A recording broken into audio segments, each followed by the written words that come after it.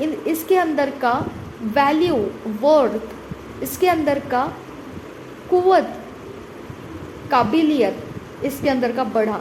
तो ये उस शब्द को लेकर चले गए और उस डिक्शनरी में देखना शुरू किया, और जैसे ही उस शब्द को उन्होंने लिया और देखा तो अर्थ देखने के बाद इनके होश उड़ गए और ये कहने लगे, इतना गहरा असर इनके जीवन में आ गया और वही उनका मूल उद्देश्य बन गया, सेवा करने का। तो ऐसा है कि ये धुन कहाँ से आया, मुझे इस तरह से मेरे अंदर क्या हुआ?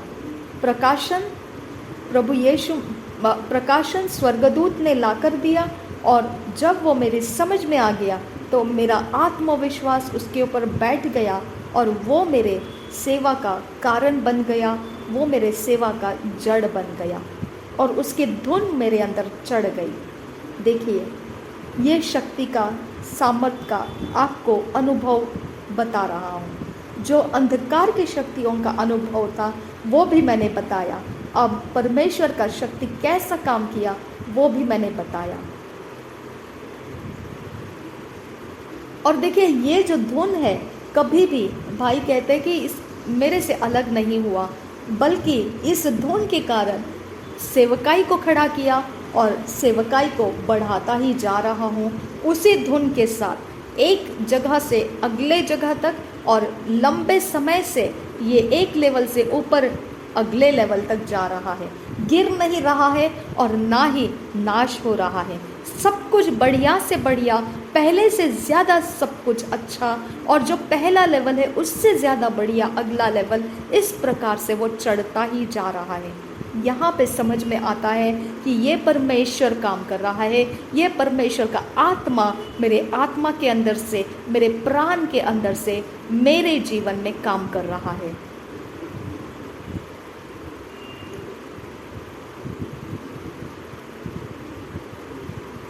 अब आ जाते हैं उन बातों की तरफ कि ये कैसे है कि अब आप नया जन्म पा चुके हैं, अब आपको इतना बड़ा प्रकाशन भी मिल चुका था, आपके साथ स्वर्गदूत बात किए थे और आप नया जन्म पाए थे, और फिर वो अंगूठी का क्या हो गया?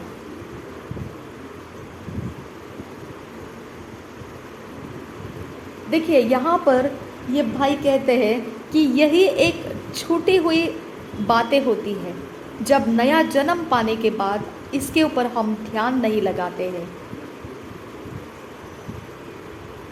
यहाँ पे एक बात ध्यान रखना है, मसीही लोग पुराने वक्त इस्तेमाल किए हुए शक्तियों के तौर तरीकों के एडिक्शन में फंसे हुए रहते हैं।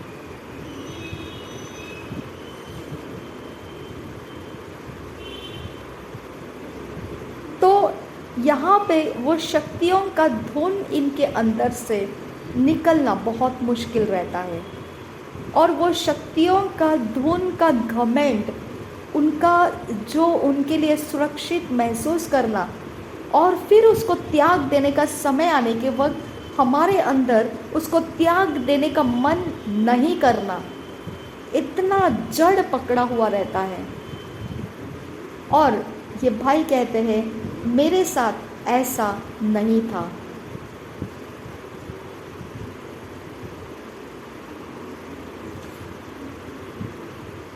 जैसे लोग बोलते हैं कि आपको मसीह में आने के बाद स्मोकिंग करना छोड़ देना है, या आपका गर्लफ्रेंड या बॉयफ्रेंड जो भी आपने पकड़ के रखा है उसको छोड़ देना पड़ेगा। तो ये बड़ा मुश्किल हो जाता है, क्योंकि आपका मन उसके अंदर पूरे आत्मविश्वास को लगा चुका होता है। वैसा ही वो अंगूठी थी ये भाई के पास, और जब वो नया जन्म पा लिए तो उसकी वजह से उनके अंदर एक जाग उठा हुआ एक चीज़ था जो उनको बताता था कि परमेश्वर का वचन सच्चा है, और बिल्कुल वो उसके ऊपर भरोसा करने जैसा उनके अंदर जाग उठा हुआ कुछ था, और वो बार बार उनको ये बात को जता रहा था कि परमेश्वर के वचन के अलावा कुछ भी सच नहीं है। और फिर ये बात को समझने लगे और कुछ वचन उनके साथ साथ जोड़ने लगे, और फिर ये जो बहुत ही जटिल बंधन था कि कैसे ये अंगूठी से छुड़ा लिए जाए खुद को, ये बंधन के ऊपर दबाव पड़ने लगा। और धीरे धीरे फिर समझ में, स्पष्ट रूप से मुझे समझ में आने लगा कि परमेश्वर के वचन के द्वारा मुझे सब कुछ मिल सकता है, ये अंगूठी का और वो कलम का मुझे ज़रूरत नहीं है। तो इस प्रकार से मैंने अपने ऊपर से वो अंगूठी को उतार दिया और वो कलम को उतार दिया, और उन शक्तियों का काम मेरे ऊपर से मैंने बंद कर दिया। लेकिन देखिए, ये जैसे मैं बोल रहा हूँ उतना आसान नहीं था। तो जिस वक्त आप बोलते हैं कि मैं ये रोक रहा हूँ, तो जैसे एक नशा करने वाला इंसान जब बोलता है कि मैं इसे रोक रहा हूँ, अब मैं नशा नहीं करूँगा, तो वो कब बोल रहा होता है? जब पहले उसने नशा कर लिया, उसका पेट और उसका नशा का चाहत जो था वो ठंडा हो गया, अब आसान लगता है बोलने के लिए, अगली बार मैं नशा नहीं करूँगा। लेकिन जब वो चाहत उठ कर आती है और फिर वो नशा करता है, तो वो नशा उससे छुड़ाना मुश्किल है। बस उसी तरह से इस भाई का भी हुआ। उन्होंने बोल तो दिया, अब मैं इस उंगली के अंदर के अंगूठी का इस्तेमाल नहीं करूँगा, तो वो समय तक ठीक था जब तक उनको उसकी ज़रूरत नहीं रहती थी।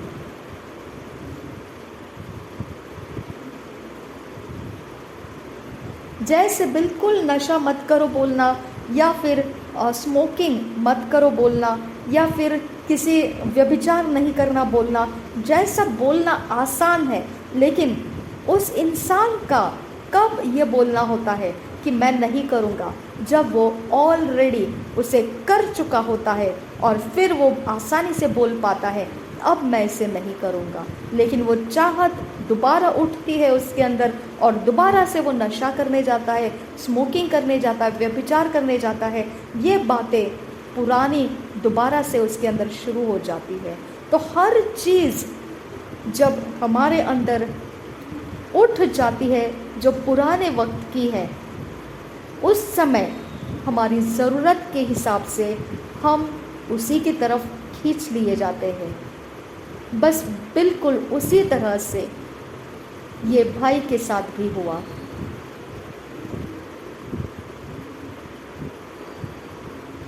तो ये एक प्रकार का संघर्ष ही हो गया उसके लिए।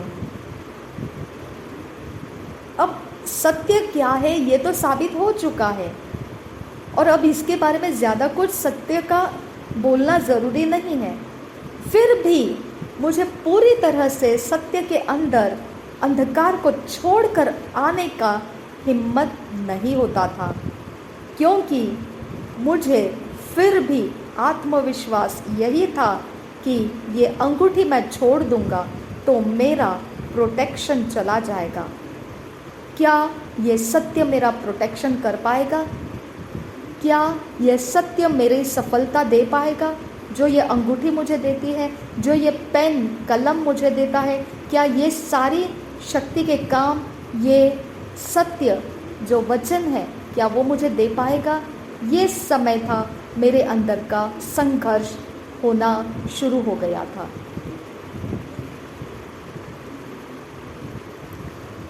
तो मैं तो इससे भी ज़्यादा ही चाहता था।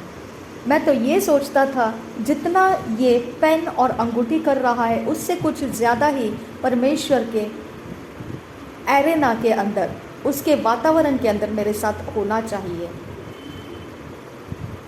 ये भी लगता था क्या ऐसा होगा कि अगर मैं इसे छोड़ दूं अंगूठी को और कलम को, तो क्या ये नाराज़ होकर ये शक्तियाँ मुझ पर पलटवार करने आएगी, मेरे साथ बदला लेने के लिए आएगी? ये भी लगता था।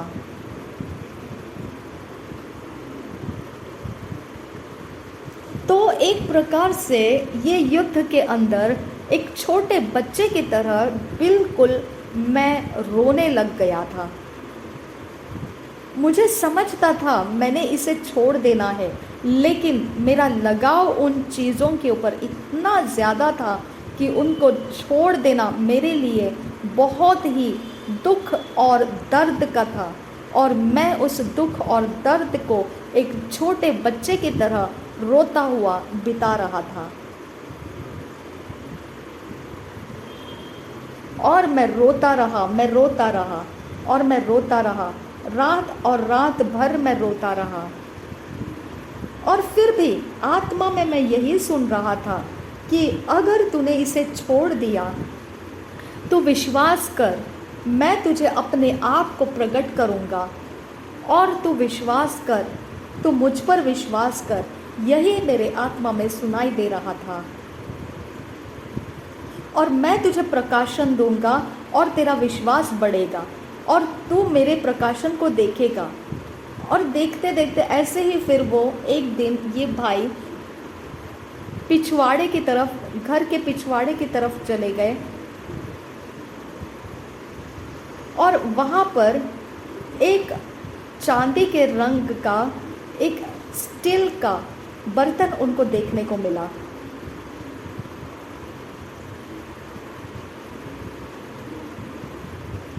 और उस स्टील के बर्तन में, चांदी के जैसा जो स्टील का बर्तन था, चमक गया उनकी आंखों के सामने। उसने वो बर्तन को लिया और उन्होंने सारी चीज़ें उस बर्तन के अंदर डाल दी।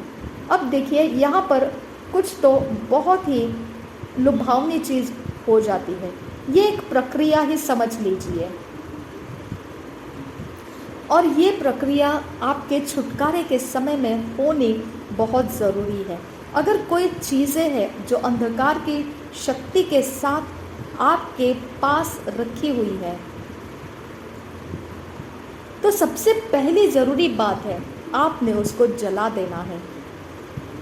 तो मैंने वो सारी चीज़ों को लिया, जो अंगूठी थी, पेन थी, और अब देखिए यहाँ पर मैंने उसको जलने के लिए उस आग में झोंक देना है। फिर मेरे अंदर से लालच जाग उठा और मैंने उस आग को बुझा दिया और मैंने ये सोचा कि नहीं नहीं, मैं इसे अपने ही पास रखूँगा।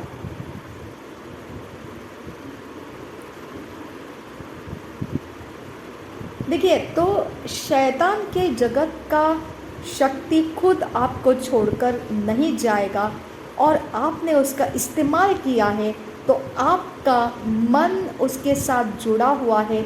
आपका मन कभी भी उसको त्याग करने का हिम्मत नहीं करेगा। ये बात को आप समझ लेना है।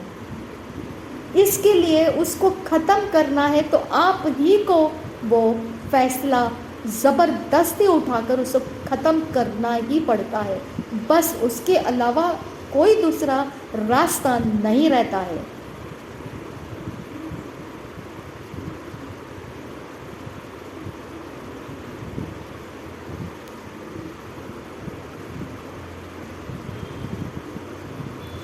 और देखिए, ये लालच को जैसे ही मैंने अपने दिमाग से निकाल दिया और मैंने उस रिंग को छोड़ दिया आग में, आप विश्वास नहीं करें, वो रिंग वहाँ पर मेरी आँखों के सामने जल गई।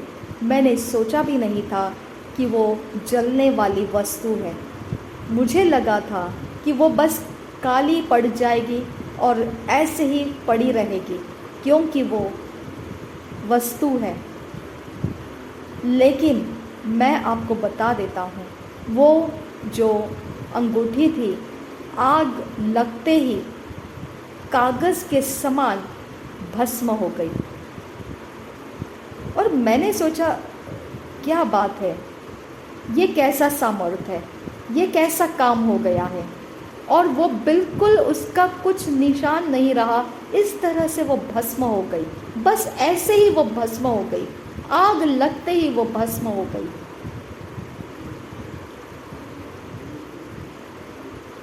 और देखिए वो पेन भी भस्म हो गया और आंखों देखते सब कुछ भस्म हो गया और मैं रोता रहा और बस रोता रहा। कि आप देखिए इतने लगाव से रखते हैं कुछ चीज़ें अंधकार के अंदर से, और फिर वो आप जलते हुए आंखों से आप छोड़ देते हैं जलने के लिए। कैसा ये आप सहन कर पाते हैं? तो यहाँ पे ये करना ही पड़ता है, इसके लिए और दूसरा कोई रास्ता नहीं है। बस अब क्या है, अब कुछ भी बाकी नहीं रहा है, कोई सुरक्षा का कोई चीज़ नहीं है साथ में। बस ऐसे ही अब खाली पड़े हुए जैसे लगने लगता है।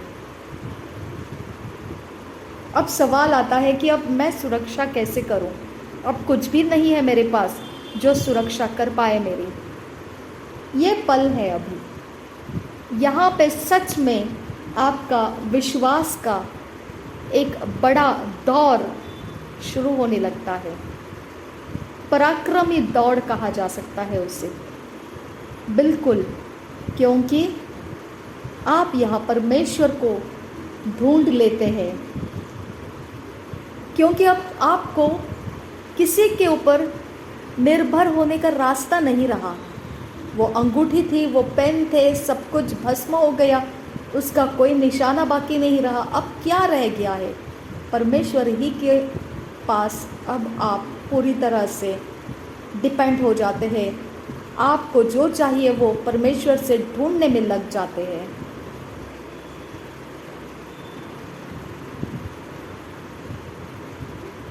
यहीं पर फिर आप परमेश्वर को गहराई से समझने लगते हैं कि वो ही आपका मूल कारण है जो आपको सब कुछ के लिए ज़रूरी है।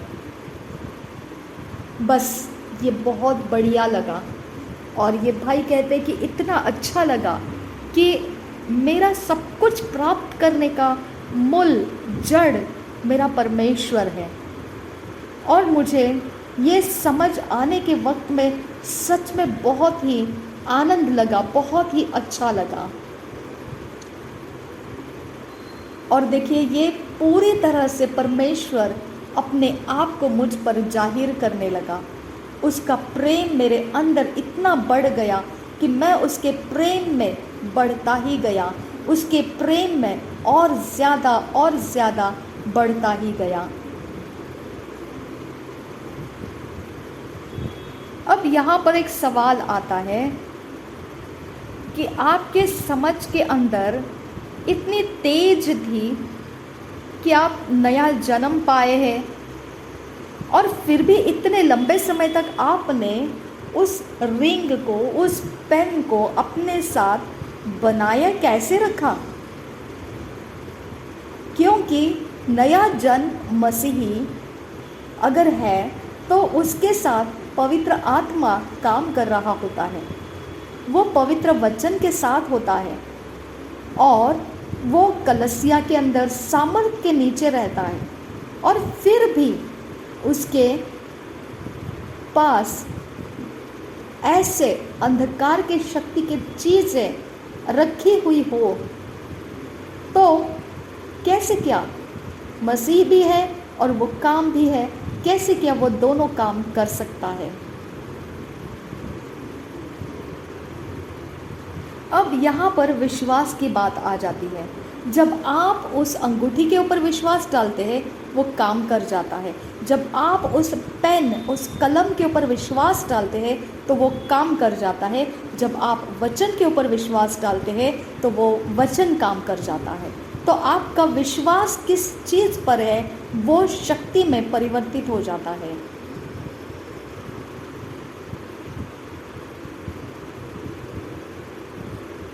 तो गलतियों के पत्री में ये कहा गया है कि जो जादू और टोना करना है वो पाप है और वो शरीर का कर्म है। तो झूठ बोलना, चोरी करना, इस प्रकार के हत्या करना या ऐसे अलग अलग जो है, इसमें जादू टोना भी एक चीज़ है जिसके बारे में लिखा गया है कि आपको उसे छोड़ देना है, और वो शरीर के कर्म है। तो आपने उसे छोड़ा नहीं था, आपने उसे पकड़ के रखा था, तो आप पाप में थे। तो मसीह होने के बाद भी अगर आप ये सब करते हो तो आप पाप में हो। अगर ये प्रकार से देखा जाएगा कि जादू टोना जो कलीसिया के अंदर लोग हम देखते हैं मसीह होने के बाद भी दुनियादारी के हिसाब से वो कोई चीज़ें शक्तियों के कारण अपने साथ रखते हैं, तो यहाँ पे पवित्र बाइबल क्या बताता है? आप परमेश्वर को विश्वास के बिना प्रसन्न नहीं कर सकते हैं। ये नहीं बोला है कि आप जादू टोना करना छोड़ दोगे तो परमेश्वर को प्रसन्न करोगे, ये नहीं बोला है। परमेश्वर को प्रसन्न करने का तरीका जो है वो विश्वास है। अब यहाँ पर साधारण रीति से समझ में आने वाली बात है कि अगर आपको कुछ असंभव को संभव करना है तो आपको सिर्फ एक चीज़ की ज़रूरत है, और वो चीज़ है परमेश्वर के ऊपर विश्वास करना।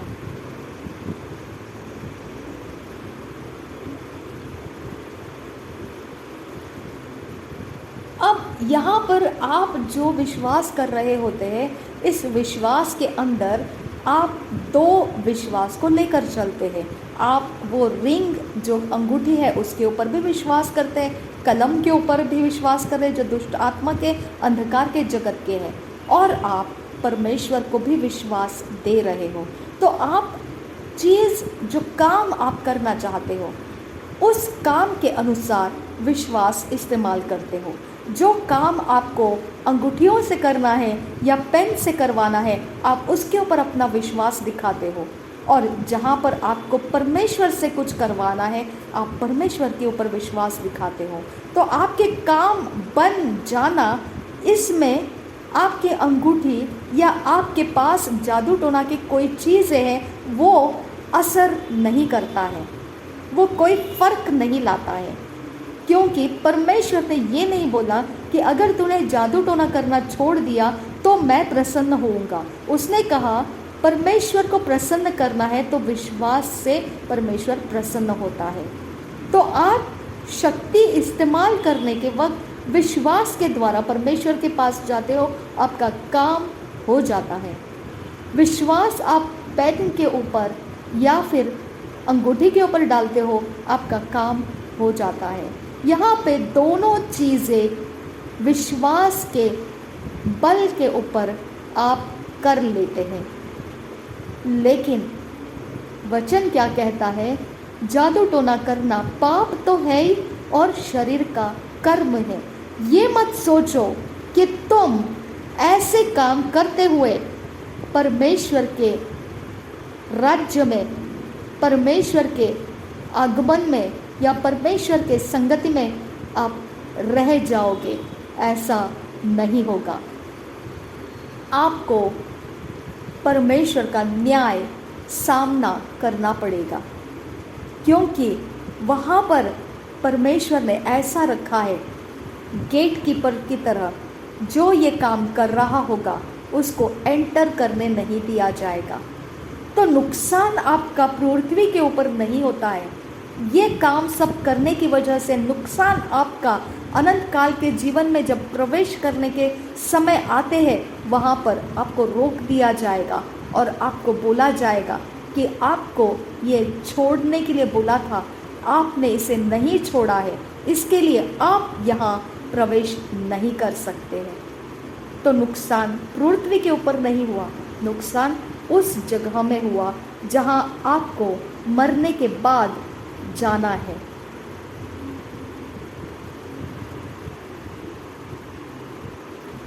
इसके लिए आपको मसीह में आने के बाद पूरी तरह से परमेश्वर के विश्वास योग्यता के ऊपर, उसके ईमान के ऊपर निर्भर रहना है। आप परमेश्वर के पास आने के बाद एक मुंह से आप परमेश्वर को अंगीकार करें और दूसरे मुंह से आप शैतान के लिए रहे, ये नहीं करना है। इसके अंदर तीन चीज़ें हैं। आपने परमेश्वर को समर्पित होना है, आपने अपने आप का पूरा संपूर्ण बलिदान परमेश्वर को दे देना है, और परमेश्वर के साथ ईमान के साथ, पक्के ईमान के साथ चलना शुरू करना है।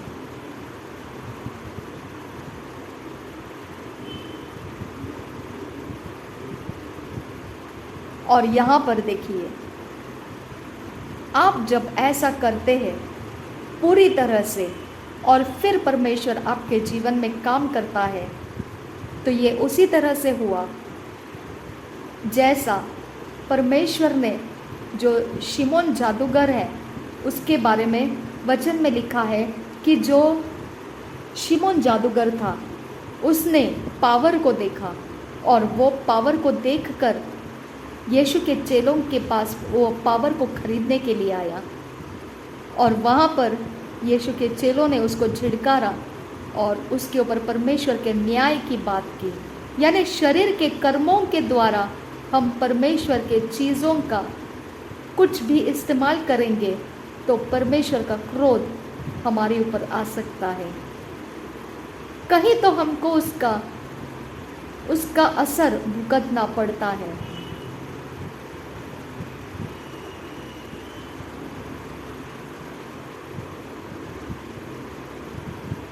तो इस तरह से है प्रचारकों के बारे में भी। जब प्रचार करते हैं, बड़े बड़े कलीसियाएं उनके सदस्य होते हैं और यहाँ पर आ जाती है बात प्रचार करने वाले लोगों की, और वो अपने ऊपर एक बड़ा सा पहरावा पहन कर आ जाते हैं पुलपिट के ऊपर, और उस पुलपिट के ऊपर आने के बाद हम समझ नहीं पाते हैं कि ये प्रचारक जो है इसकी शक्ति का ठिकाना कौन सा है, ये हम समझ नहीं पाते हैं।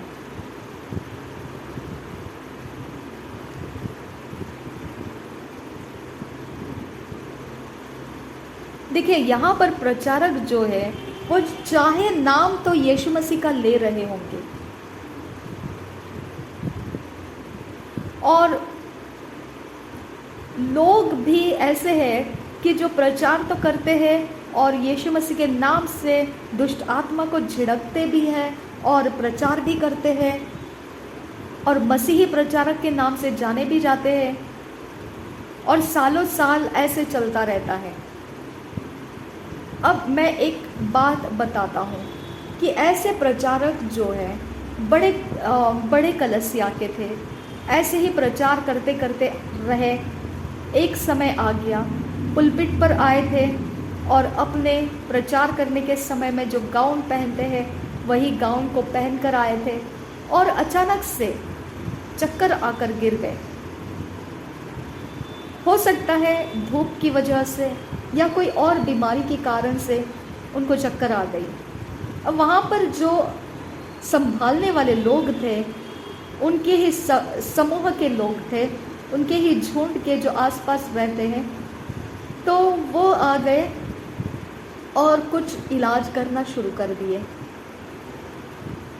वहाँ कोशिशों में लगे थे और अचानक से उन्होंने उनके ऊपर जो गाउन था उसको खींच लिया ऊपर, और क्या देखा, उस गाउन के अंदर कमर के ऊपर एक पट्टा बंधा हुआ था और वो पट्टे के सहारे एक कछुआ था जो उनके कमर में बंधे हुए अवस्था में था।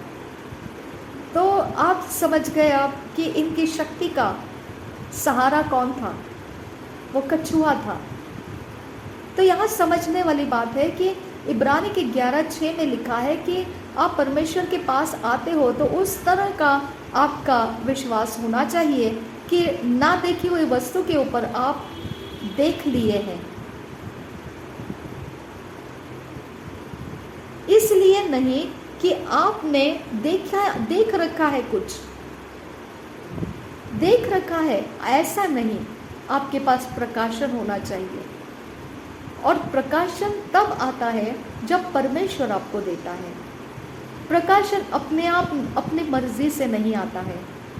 तो आप सेवा करने के लिए उठते हो तो आपको सेवा करने के लिए उठने के पीछे प्रकाशन आपका कारण होना चाहिए, क्योंकि वही प्रकाशन आपको ठहराए रखेगा। मुश्किल समयों के अंदर आपको कोई शक्ति का सहारा लेना नहीं पड़ेगा। वो प्रकाशन आपका जड़ है, फिर आपको किसी चीज़ का सहारा लेना नहीं पड़ता है। वही आपको साबित करता है कि परमेश्वर विश्वास योग्य है आपके पास। लेकिन अगर आपने परमेश्वर के साथ ईमान छोड़ दिया और इस ईमान छोड़ने की वजह से आपकी कुव्वत फिर घट जाती है। जब आपकी कुव्वत घट जाती है और आपके सामने चुनौती पड़ी है कि इतनी बड़ी कलीसिया है, इस कलीसिया के सामने अब मैं किस प्रकार से अपने वरदानों को चलाऊं, ये आपके ऊपर चुनौती पड़ जाती है क्योंकि कुव्वत कम पड़ रही है, फिर अंधकार का सहारा ले लेते हैं। और बहुत ही डरावना है ये। अब यहाँ पर दूसरी बात ऐसी है एक प्रचारक की कि ये इस तरह से था कि कुछ सालों साल लोग पुलपिट के ऊपर काम तो कर रहे हैं, लेकिन किसी ने उनके व्यक्तिगत जीवन में ताक झांक करके नहीं देखा इनके शक्ति का ठिकाना क्या है।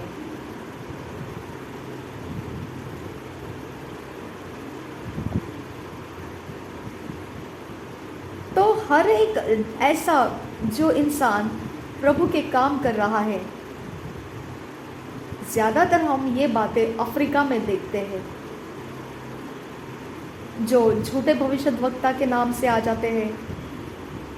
तो पहले उनको दुष्ट आत्मा सुना देता है जो कुछ भी है, और वो ओकल्ट वगैरह ऐसे शक्तियों का इस्तेमाल करके अपने ऊपर वो शक्तियों को लेकर आ जाते हैं और लोग गिरने लगते हैं, और उससे फिर लोगों के अंदर आत्मा दूषित हो जाता है क्योंकि वो उनके ऊपर हाथ रखते हैं, उनके ऊपर बोलते हैं। तो यहाँ पे वो बोला हुआ चीज़ सिर्फ आता नहीं है, उससे आपका जीवन खराब हो जाता है। और ये जो हाथ रख दिया आपके ऊपर, तो वो आत्मा जो उनके ऊपर उन्होंने लाया है वो आप पे चढ़ जाता है और आपको दूषित कर देता है।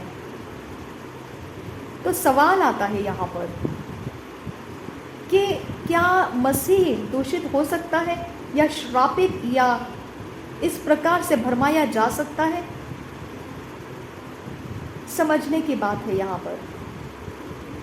शत्रु कुछ भी कर सकता है विश्वासियों को, लेकिन विश्वासियों के पास उतनी सामर्थ होनी चाहिए कि वो शत्रु के कामों को इनकार कर सके। वो होता है प्रकाशन के ऊपर निर्भर। आप समझिए, कुछ भी परमेश्वर के राज्य में अचानक से नहीं होता है। वो सब कुछ आपको प्रकाशन के द्वारा ही पूरा किया जाता है। एक उदाहरण के लिए, अगर कोई आपके ऊपर मंत्र बोल रहा है,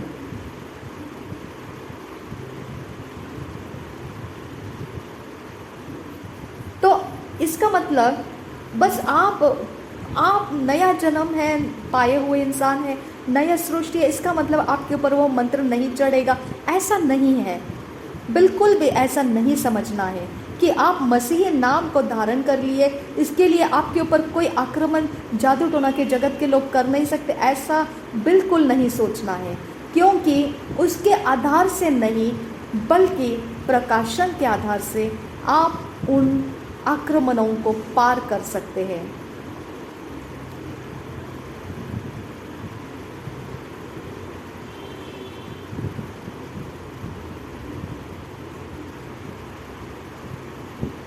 तो इस प्रकार से वो आपके ऊपर काम नहीं करेगा जब जितना प्रकाशन परमेश्वर की ओर से आपके अंदर समेट कर रखा है आपने, वो आपकी ताकत है, वो आपकी शक्ति है।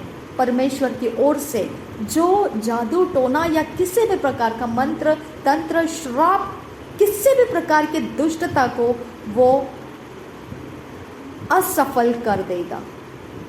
आपके अंदर कितना प्रकाशन है, और वो प्रकाशन मैंने आपको बताया, वो अपने आप नहीं आता है, वो परमेश्वर देता है। जिसको प्रकाशन देता है वो आप समझिए।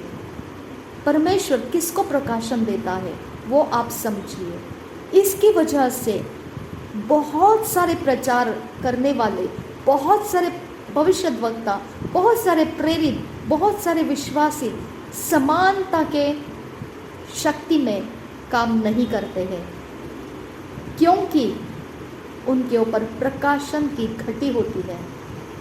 किसी को परमेश्वर ज़्यादा प्रकाशन देता है, किसी को कम देता है, लेकिन उसकी कारण भी है, उसका समर्पण उतना नहीं है, उसके अंदर परमेश्वर के साथ विश्वास योग्यता उतना नहीं है। तो इसी से पता चल जाता है क्यों इसके पास प्रकाशन कमी है, क्यों इसके अंदर अविश्वास है, क्यों इसके अंदर दुर्बलता है, प्रकाशन की घटी क्यों है इसके अंदर, क्योंकि वो पूरी तरह से परमेश्वर को नहीं मान रहा है। ये आपको साबित करता है कि वो परमेश्वर में पूरी तरह से उतरेगा नहीं, तो उसके लिए परमेश्वर भी प्रकाशन देगा नहीं। क्योंकि देखिए, अंधकार के जगत अपने तरीके से चलाए जाते हैं, परमेश्वर का जगत परमेश्वर के प्रकाशनों के द्वारा चलाया जाता है। ये बात आपने समझना है। आपको अगर शक्ति की घटी है तो प्रकाशन आप तक नहीं आ रहा है। अगर प्रकाशन आप तक नहीं आ रहा है, निश्चित है आप ऐसा कुछ कर रहे हैं जो आपको लगता तो है परमेश्वर का आत्मा कर रहा है, लेकिन हो सकता है वो आपके पीढ़ियों का आत्मा है, जिसके कारण प्रकाशन आप तक नहीं पहुंच पा रहा है, धोखा खा रहे हैं आप। तो शक्तियों का ना होना, परमेश्वर के शक्ति का ना होना प्रमाणित करता है, साबित करता है कि आप किसी गैर शक्ति का इस्तेमाल कर रहे हैं, साबित करता है। क्योंकि परमेश्वर का प्रकाशन परमेश्वर तब देता है जब आप गैर शक्ति का इस्तेमाल करना त्याग देते हैं।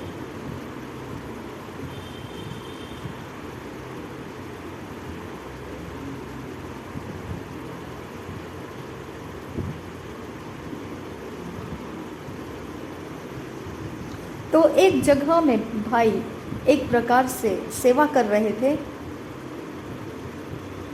शादीशुदा ऐसे लोग थे वो, और दूसरे एक प्रचारक भी वहाँ आए हुए थे, और 3-4 जन वहाँ पर इकट्ठे थे जो सेवा करने के लिए आए थे। और यहाँ पर ये भाई का समय नहीं था और ये जल्दी आए हुए थे और वहाँ बैठे हुए थे अपने दूसरे मेहमानों के साथ। और अचानक से ऐसा हुआ, एक दोस्त उनका वहाँ पर आया, पवित्र आत्मा ने इस भाई से कुछ बात किया। उसने कहा कि ये जो आया हुआ इंसान है, जो तेरा दोस्त है, वो एक अलग सामर्थ को लेकर आया है, लेकिन ये सामर्थ यहाँ पर काम नहीं करेगी। और ये भाई ने उस प्रचारक को बोल दिया कि तू यहाँ पर आया तो है, लेकिन जो शक्ति से तू यहाँ पर आया है वो शक्ति यहाँ पर काम नहीं कर सकेगी, पवित्र आत्मा मुझे बता रहा है। और वो 4 दिन का कॉन्फ्रेंस था, और वो भी एक वहाँ पर बोलने के लिए आया था, प्रचार करने के लिए आया था। और यहाँ पर देखिए, अब मैं उसको ये बोल रहा हूँ, यहाँ पर अगर तू रहना है तो ये शक्ति तेरी काम नहीं करेगी, इसका कारण मैं तुझे बताता हूँ। ये भाई ने उसको बताया, इसका कारण ये है कि जो प्रकाशन परमेश्वर ने मुझे दिया है उसकी शक्ति ज़्यादा मजबूत है, वो शक्ति तेरी शक्ति को काम करने नहीं देगी, इसके लिए वो शक्ति तेरी काम नहीं कर पाएगी यहाँ पर। क्योंकि इस वातावरण में या तो तेरी शक्ति रह सकती है या मेरी शक्ति, और इसके लिए जो मेरे पास है वो तेरे से ज़्यादा सामर्थी है, तो तू उसका विरोध नहीं कर पाएगा, और इसकी वजह से तेरी शक्ति यहाँ पर काम नहीं कर पाएगी। तब वो प्रचारक बहुत ही नाखुश हो गया, बहुत ही विचलित हो गया, अपने कुर्सी के ऊपर से निकल जाने लगा। और मतलब निकल जाने नहीं लगा, वो ये कहने लगा कि तू मुझे क्यों परेशानी में डाल रहा है, और तू मेरी सत्ता, जो मेरे अधिकार में मेरे पास शक्तियाँ हैं, तू उन शक्तियों के काम को क्यों रोक रहा है? तो मुझसे वो शक्तियों के काम को क्यों रोक रहा है? इस प्रकार से वो प्रचारक भाई ने ये भाई से बोला। तो देखिए यहाँ पर ऐसा होता है, उसके जीभ के ऊपर कुछ शक्ति थी और हमेशा वो पुटपुटाता रहता है। जब भी वो बात करना है वो शक्ति के साथ पहले कुछ पुटपुटाता है, और जैसे ही आपके ऊपर वो बोलना शुरू करता है आपको वो भ्रम में डाल देता है, और आप उसके भ्रम में पड़ने की वजह से हाँ में हाँ मिलाने लगते हैं और आप उसको ध्यान से सुनने लगते हैं। और देखा जाएगा तो आपके सुनने के यंत्र को उसने पकड़ लिया है। उसके जीभ के ऊपर के शक्ति के ऊपर वो पुटपुटाने के बाद में बोलना शुरू किया और आपके सुनने के यंत्र को उसने वश कर लिया। अब क्या हो गया? सुनना आप अपने मर्जी से नहीं कर रहे हैं, वो शक्ति के कारण आप वश किए गए हैं। आप सुनते जा रहे हैं लेकिन आप फ़र्क नहीं कर पाओगे कि मैं सही सुन रहा हूँ या गलत सुन रहा हूँ। अगर आप फ़र्क कर भी देंगे तो भी आप उसके विरोध में कुछ बोल नहीं पाएंगे। बस उसको जो चाहिए वैसा ही आप बोलते रहोगे और सुनते रहोगे। ये बात पवित्र आत्मा ने मेरे ऊपर प्रकाशित किया था और वही बात मैंने उसको बोल दिया था कि तेरा काम यहाँ पर नहीं होगा। तो चाहे तो कोशिश करके देख, लेकिन वो काम नहीं होगा।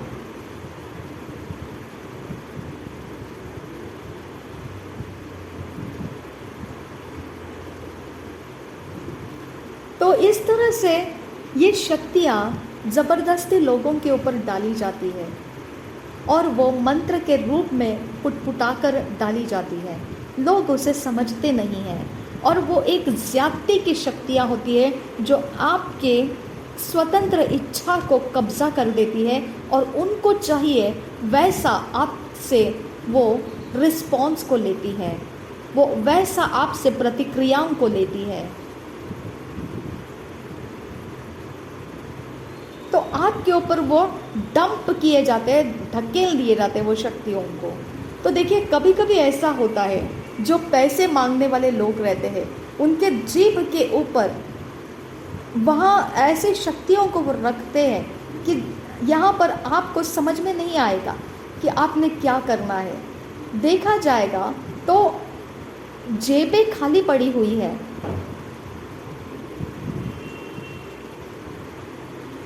कुछ भी नहीं है देने के लिए, कुछ भी नहीं है। और होता क्या है कि लोग पुलपिट के ऊपर से बोल देते हैं और जैसे ही आप उसे सुनते हैं आपकी जेबें खाली पड़ी हुई हैं, लेकिन आप निकाल कर उस जगह में देना शुरू कर देते हैं। क्या आपने इस बात को कभी समझा है कि उनके जीभ के ऊपर क्या है?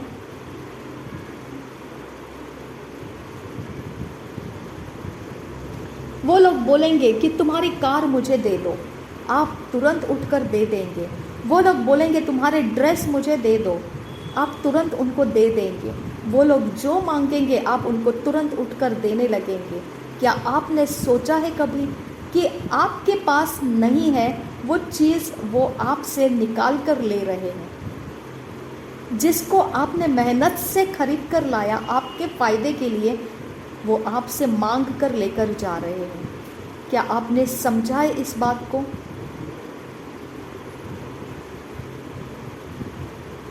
क्योंकि ये शक्ति है, उनके जीभ पर रखी हुई ये शक्ति है।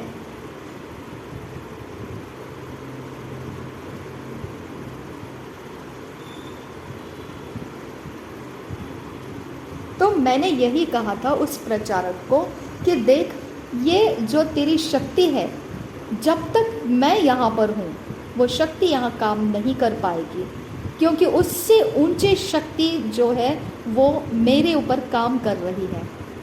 इसकी वजह से वो मेरे ऊपर जो शक्ति है परमेश्वर की, वो छोटी शक्ति को काम करने नहीं देगी।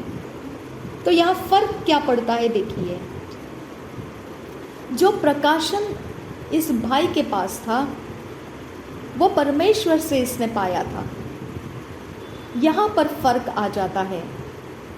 ये एक प्रकार का युद्ध शब्द हो जाता है और यहाँ पर दोनों शब्द युद्ध में पड़ जाते हैं। उसके जीभ के ऊपर शब्द की शक्ति है और इस भाई के ऊपर प्रकाशन की शक्ति है। ये दोनों शक्तियाँ युद्ध में पड़ जाती है, झगड़े में पड़ जाती है। और होना यहाँ पर ऐसा होता है कि कोशिश की जाती है कि ये दोनों शक्तियाँ अपनी अपनी जगह में काम करें, लेकिन ऐसा होता नहीं है। यहाँ पर जो कमज़ोर शक्ति है उसे खेदित कर दिया जाता है और जो सामर्थ्य है वो बलपूर्वक उसको खेदित करती है। तो यहाँ पर होता क्या है, जब परमेश्वर की ओर से मेरे पास प्रकाशन की सामर्थ्य है तो यहाँ पर स्वर्ग की ओर से परमेश्वर के सारी शक्तियाँ मेरे पास उतर कर आती है। उसकी वजह से छोटी शक्तियाँ फिर काम नहीं कर पाती है। तो ये है परमेश्वर महान है और उसके सामर्थ्य का इस्तेमाल करना, उसके शक्ति का दिखावा देखना बहुत ही अद्भुत है, क्योंकि जहाँ वो उसकी शक्ति उतर कर आती है उस जगह में शैतान की शक्तियों का काम करना ना के बराबर हो जाता है।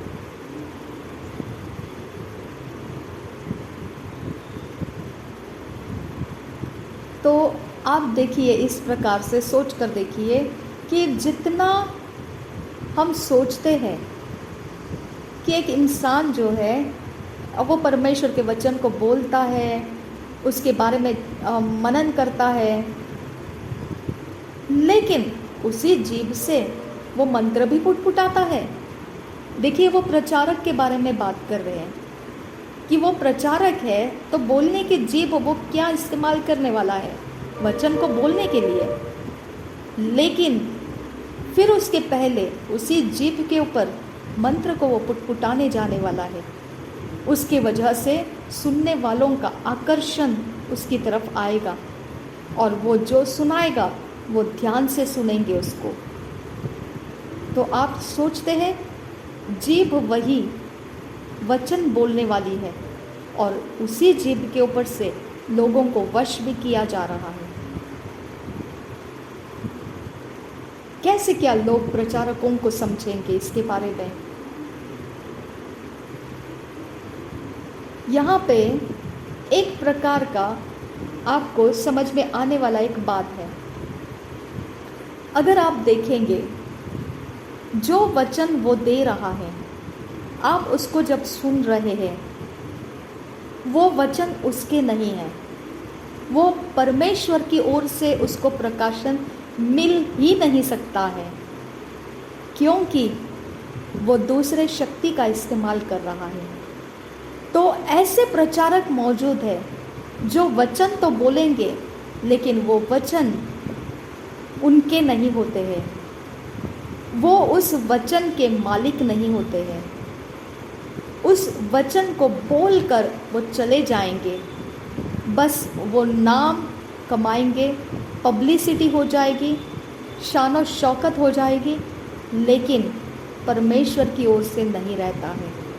इसके लिए जैसे वो चले जाएंगे, वो वचन को साथ में लेकर चले जाएंगे, उसका काम तैयार नहीं होगा।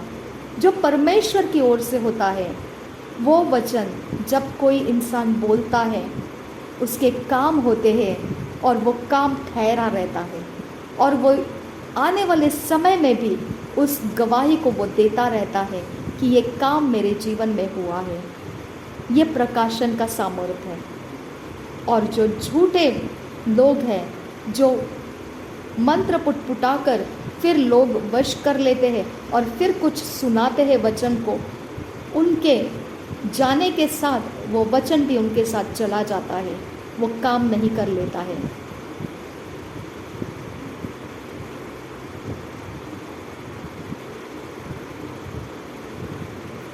आपको जब परमेश्वर की ओर से वचन आता है तो कोई भय नहीं रहता है, आपके अंदर से सारे डर को निकाल देता है।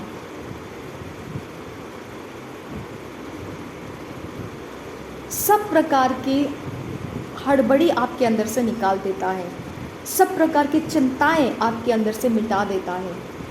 वो आपके अंदर धैर्यवान आत्मा तैयार करता है, आपका विश्वास मजबूत कर देता है। और फिर जब आपके अंदर वो आत्मा उतर कर आता है परमेश्वर का, अब वो वचन जब आप बोलते हो तो वो सच्चाई का वचन है। आप उसको बोलने के लिए तैयार तो हो जाते हैं, लेकिन सब कुछ प्रभु यीशु मसीह करना शुरू करता है।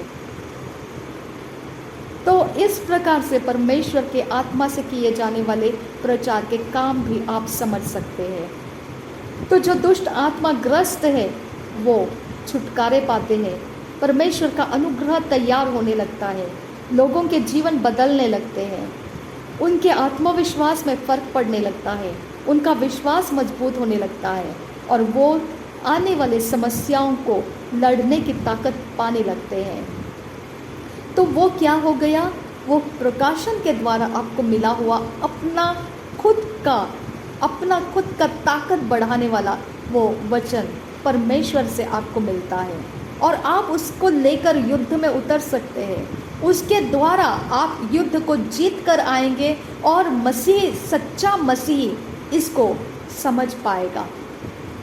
तो इस तरह से आपको जो झूठे हैं प्रचारक, उनके शब्द और काम देखना है, क्या वो आपके जीवन में ठहरते हैं या जैसे ही वो चले जाते हैं वो अपने शब्द को अपने साथ लेकर निकल जाते हैं और लोग खाली बर्तन की तरह पड़े रहते हैं। इनके अंदर के कोई ऐसे काम, मजबूती उनको नहीं मिली है।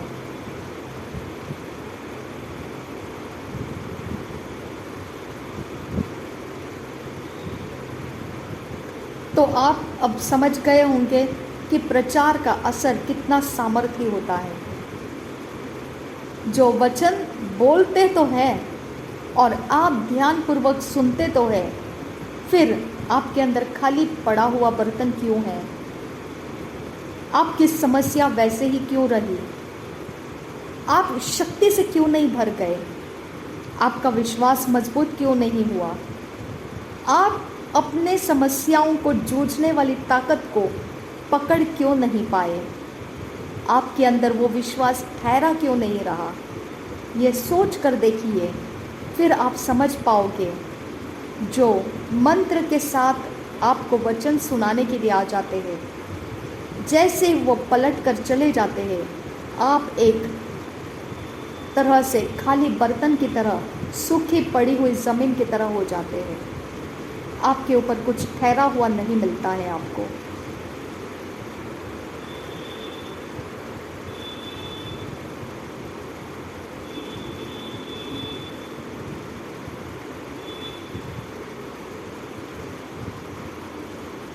तो इस वजह से हमको ये भी देखना है, कुछ लोग कहते हैं कि जो पीढ़ियों के श्राप होते हैं वो मसीहों के ऊपर कैसे क्या लग जाते हैं, इस पर भी हमको सोचना चाहिए। देखिए, जब पीढ़ियों के श्राप है उसके कारण, जैसे पीढ़ियों में किसी को बीमारी थी तो वो दूसरे पीढ़ी में भी हम देखने को मिलता है। कोई मर जाता है तो वही सेम तरीके से दूसरे पीढ़ी में भी मरता हुआ हमको देखने को मिलता है। तो ये श्राप कैसे चलता है, इसके बारे में भी हमको समझने की ज़रूरत है, क्योंकि मसीह होने के बाद ये सारी चीज़ें तो हमारे ऊपर नहीं होना चाहिए। फिर ये होता है तो इसके बारे में हम कैसे समझें?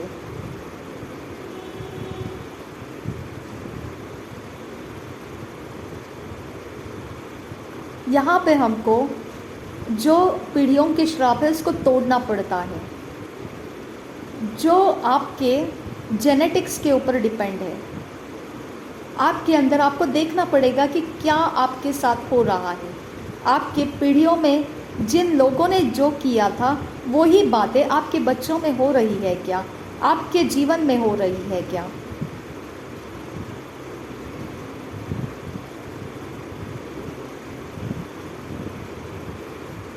यहाँ पे आपको एक बात समझ में आना चाहिए, परमेश्वर के वचन का प्रकाशन ही इसका जवाब है।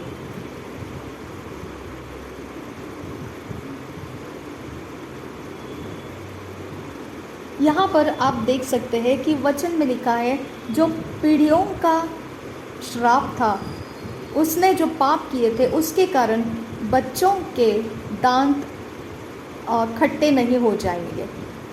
ऐसा अलग अलग दो प्रॉफिट्स ने, भविष्यद्वक्ताओं ने कहा। एक भविष्यद्वक्ताओं ने कहा पीढ़ियों के श्राप बच्चों के ऊपर आएंगे। फिर अगले दूसरे भविष्यद्वक्ताओं ने कुछ दिनों के बाद कहा कि जो पीढ़ियों ने किए हुए श्राप है वो बच्चों के ऊपर नहीं आएंगे। तो ये दोनों भविष्यद्वक्ताओं ने ही कहा।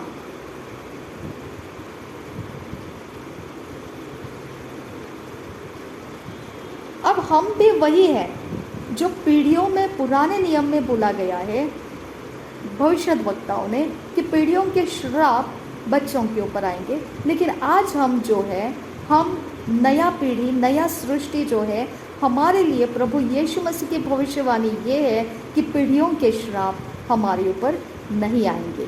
बस ये प्रकाशन हमने अपने लिए इस्तेमाल करना है जब पीढ़ियों के अंदर से कुछ अटैक हमारे जीवन पर आना दिख रहा होता है।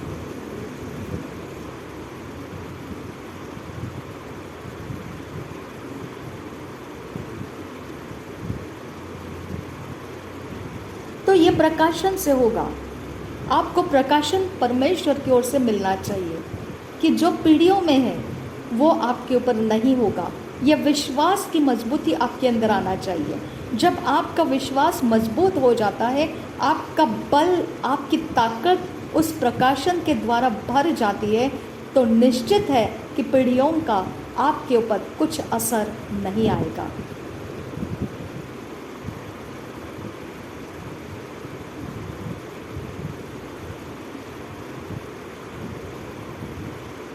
तो बहुत सारे मसीहों को इसका सवाल रहता है, तो आपके प्रकाशन के ऊपर से आपको वो मजबूती पकड़ लेना है कि मेरे ऊपर पीढ़ियों का कुछ नहीं आएगा। अब देखा जाएगा तो ये भाई जो है ये बता रहे इनके पिताजी को गुस्से का ज़्यादा प्रभाव इनके अंदर रहता था और वो समान तरीके का गुस्से का प्रमाण ये भाई के अंदर भी, उनके पिताजी की वजह से इनके अंदर भी आना शुरू हो गया था।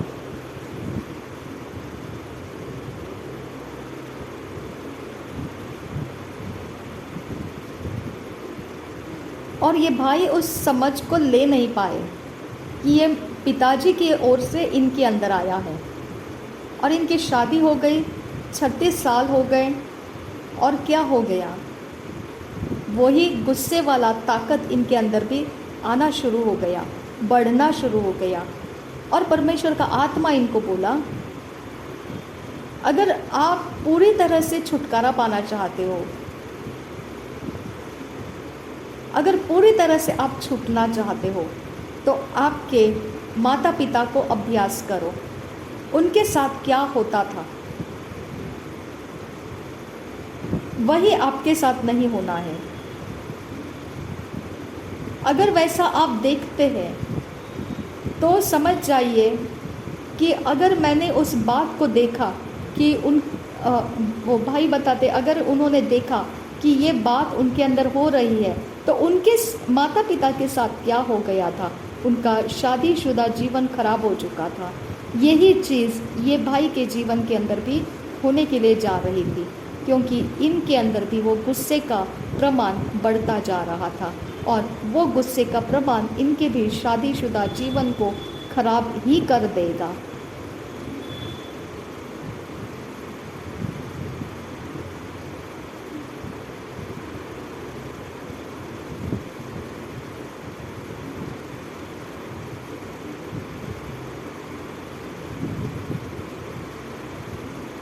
तो आपने इसको कैसे क्या इसके बारे में काम करना है। आपको वचन को लेना है, आपने अपने दिमाग के ऊपर उस वचन को छाए रखना है कि ये वचन है कि मेरे माता पिता का श्राप मेरे ऊपर नहीं आएगा, क्योंकि वचन कहता है जो माता पिता के द्वारा किए गए काम है उसके उनके जो पनिशमेंट्स है वो बच्चों के दांतों को खट्टे करने के लिए नहीं आएंगे। ये वचन के हिसाब से आपने कबूल करना है कि मेरे माता पिता के कोई भी गलती गुनाह का असर, उनका पनिशमेंट मेरे से नहीं लिया जाएगा। ये भविष्यवाणी में लिखा हुआ है। और देखिए, हमेशा ही आपको याद रखना है कि आपने परमेश्वर के साथ पूरी तरह से ईमान के साथ चलना है, कोई गैर शक्ति का इस्तेमाल नहीं करना है।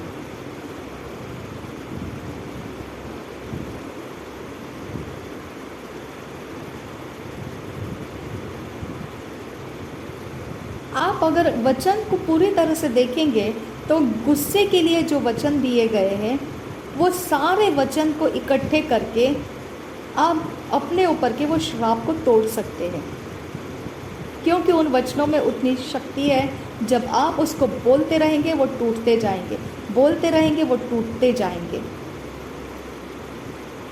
देखिए, मुझे तो 3 महीने लगे ऐसे तोड़ने के लिए उसे। और जो चीज़ मेरे अंदर उकसाती थी मुझे, वो जानबूझकर मेरे अंदर ये ऐसा गुस्सा आना, ऐसा कुछ होता था मेरे साथ।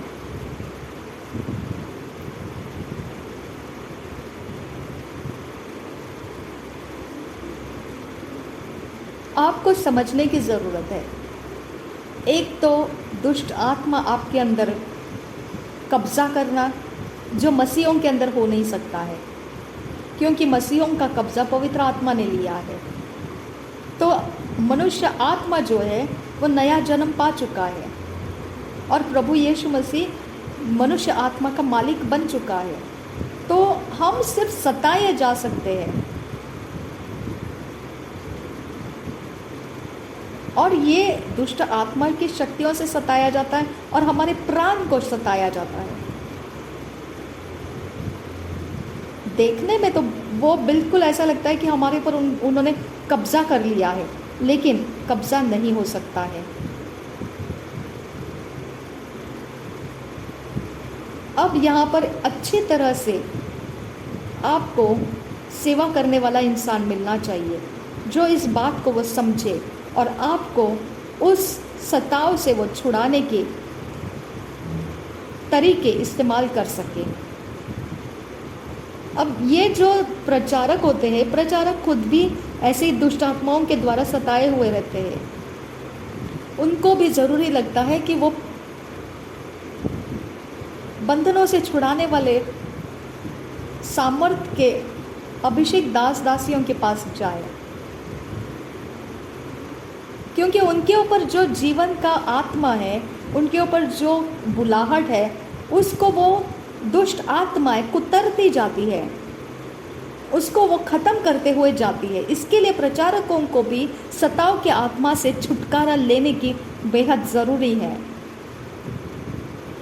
वो अपने जीवन भर उस सताव के आत्मा को झेलते रहते हैं, लेकिन वो नहीं जानते हैं कि उनकी शक्ति का प्रमाण वो आत्माएं, सताव की आत्माएं घटा रही है। इसके लिए मसीही कभी भी ग्रस्त, दुष्ट आत्मा ग्रस्त नहीं हो सकता है, लेकिन उसके ऊपर, उसके प्राण के ऊपर सताव के आत्माएं आ सकती है और उसके लिए छुटकारे की ज़रूरत है। आप वचन सुनते उससे भी छुटकारे हो जाते हैं, लेकिन ऐसा है कि जब आप नया जन्म पाते हैं, सोचिए कि आप नशे करने वाले इंसान हैं और आप नया जन्म पा लिए, कलीसिया जाने लगे, परमेश्वर ने आपको सिखाया, परमेश्वर के वचन को सुनते सुनते परमेश्वर की शक्ति आपके ऊपर आ गई और वो नशे का आत्मा आपसे निकल गया। ये हो जाता है, लेकिन सबके साथ नहीं होता है ऐसा। तो इसके लिए लोगों को नया जन्म पाते ही छुटकारे के समय के साथ लेकर जाना चाहिए, ताकि उनके अंदर छिपी पड़ी हुई कोई भी ऐसे दुष्ट काम है वो निकल जाए, पूरी तरह से वो खुल जाए, साफ हो जाए, शुद्ध हो जाए। सिर्फ बोलने से काम नहीं चलता है। परमेश्वर का वचन जीवित ज़रूर है, लेकिन वो सबके ऊपर सामर्थ बन के उनके छुटकारे करेगा, ये बोल नहीं सकते हैं। बहुत बार उनको छुटकारा करने वाले प्रभु के दास और दासियों के पास जाना ही चाहिए। तो देखिए, जिस प्रकार से एक मिश्रण किए हुए कुछ भी घोल को आप देंगे तो वो असर नहीं करेगा, लेकिन जो शुद्ध घोल कुछ भी आप देंगे तो वो असर करता है। उसी तरह से मनुष्य है, मसीही मनुष्य, जिसके अंदर अगर मिश्रित हो गई ऐसा कुछ है कि दुष्ट आत्मा उसको सता रहे हैं और वो प्रचारक भी है, तो उसका असरदार, उसका बुलाहट का काम नहीं हो पाएगा और उसके छुटकारे होने के बाद का समय उसका बहुत ही अच्छा बन जाएगा। तो इस तरह से छुटकारे की ज़रूरत है हर मसीह के लिए। कुछ ऐसे बंधन है जल्दी छूट जाते हैं वचन के सामर्थ्य से, लेकिन कुछ बंधन है जो आपको छुटकारे के दास और दासी जो अभिषिक्त हैं उनके पास जाकर छुटकारे लेने ज़रूरी है। कोई अच्छा गीत गाता है, कोई अच्छा प्रचार करता है, कोई परमेश्वर के अच्छे काम करता है, तो शैतान की आत्माएं ज़बरदस्ती उसको सताव में डालती है और आपको फिर अगर खुद आप उससे छुटकारा चाहते हैं तो दबाव के साथ जोर देकर उसे अपने अंदर से निकल जाने के लिए आपने भी परमेश्वर के वचन का जोर बढ़ाना है। लेकिन वो काम करेगा या नहीं, इसके बारे में आप किस प्रकार से परमेश्वर के संगति में है उस पर निर्भर करता है, और वो परमेश्वर का काम है, तो इसकी गारंटी हम नहीं दे सकते हैं। अगर परमेश्वर ने चाहा तो आपका छुटकारा आप ही के द्वारा हो जाएगा।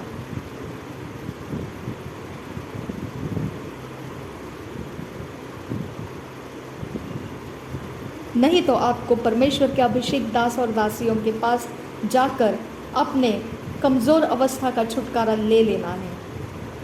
नहीं तो आप परमेश्वर के बुलाहट के काम नहीं कर पाओगे, पूरी तरह से सफलतापूर्वक नहीं कर पाओगे।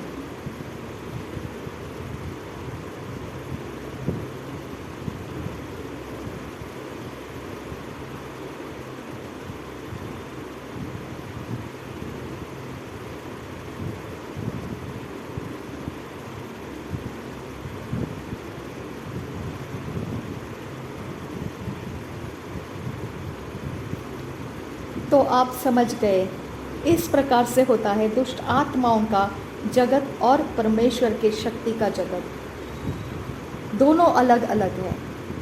एक समय था, भाई बता रहे हैं कि वो एक जगह में सेवा करने के लिए जा रहे थे और वो एक जगह से दूसरी तरफ जा रहे थे और उनको एरोप्लेन से जाना पड़ा था। और जिस जगह में वो जा रहे थे वहाँ बहुत सारे जादू करने वाले, टोना करने वाले लोग थे और वहाँ पर उनका मीटिंग करने का जगह था, इकट्ठे होने का भी जगह वहीं पर था, जहाँ पर दुष्ट आत्मा काम करने वाले उनका भी इकट्ठा होने का जगह वहीं पर था। और वो बहुत ही घृणित काम करने वाले जगह था, आपको वो जगह पसंद भी नहीं आएगा, ऐसा था।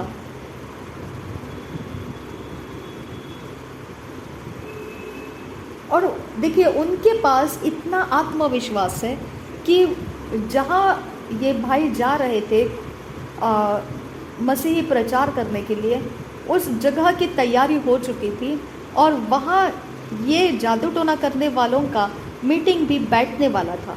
अब ये जादू टोना करने वालों का मीटिंग जब बैठने वाला था तो इन लोगों के अंदर अंधकार की इतनी ताकत का घमंड था कि उनको ज़रा भी फिक्र नहीं थी कि यहाँ मसीही लोग भी इकट्ठे होने के लिए आ रहे हैं, वहाँ उनका प्रचारक आ रहा है। तो आप समझिए कि ये जादू टोना करने वाले लोगों के अंदर आत्मविश्वास, अंधकार के जगत से अच्छा मजबूत आत्मविश्वास था, और वो भी वहाँ पर इकट्ठे होने जा रहे थे। उनका अपना समय था इकट्ठे होने का।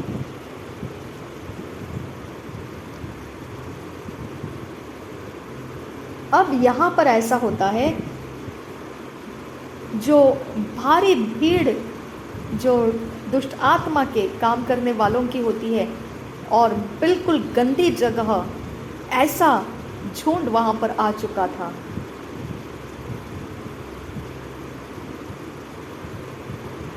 और फिर आप जानते हो कि ऐसी एक जगह है जहाँ पर आपको अब सभा लेनी है, परमेश्वर के वचन की सभा लेनी है,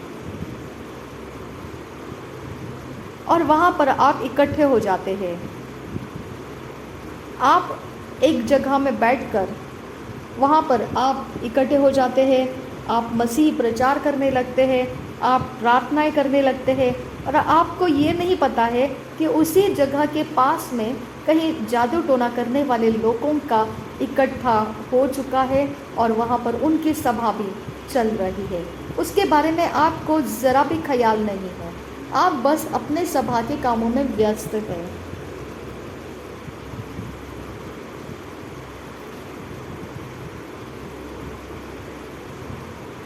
और यहाँ पर ऐसा हो गया कि जब मसीह प्रचार यहाँ पर चल रहा था, और बिल्कुल प्रचार के मध्य में वहाँ बाजू में दूसरी जगह पर दुष्ट आत्मा के काम करने वाले लोगों का भी मीटिंग हो रहा था, कॉन्फ्रेंस हो रहा था, जो जादू टोना करने वालों का कॉन्फ्रेंस था।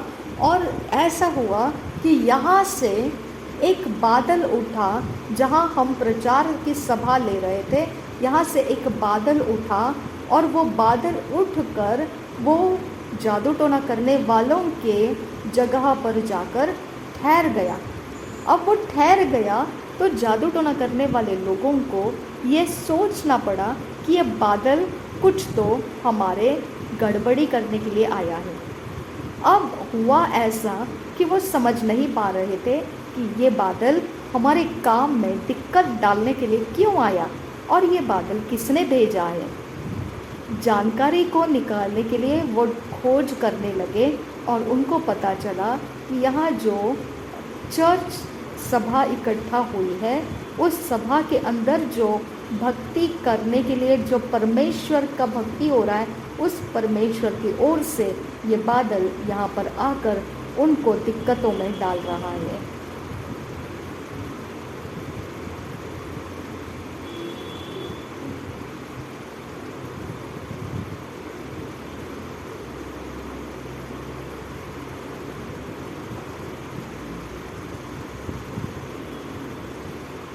और यहाँ पर ये सभा चलाने वाले, प्रचार करने वाले, उनको पता ही नहीं है कि उधर क्या हो रहा है।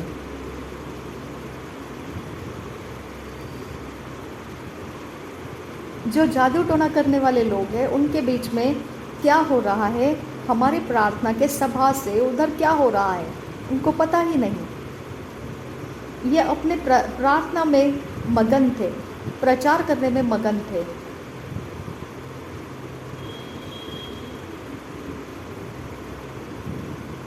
तो इस प्रकार से परमेश्वर ने ये प्रार्थना की सभा चलाने वालों के लिए उस जादू टोना के असर को रोक के रखा, और प्रार्थना की सभा को चलते रहने दिया। गहरा मजबूत ऐसा बादल वहाँ पर रुका हुआ था, और जब वो बादल रुका हुआ था तो वो बादल कोई ऐसा नहीं था कि जिसमें से बारिश आएगी। वो बिल्कुल बादल ही, लेकिन ऐसा नहीं कि जिसके अंदर से बारिश होगी। उनके ही सभा के ऊपर ठहरा रहा जब तक यहाँ वचन की सभा पूरी नहीं हो जाती है।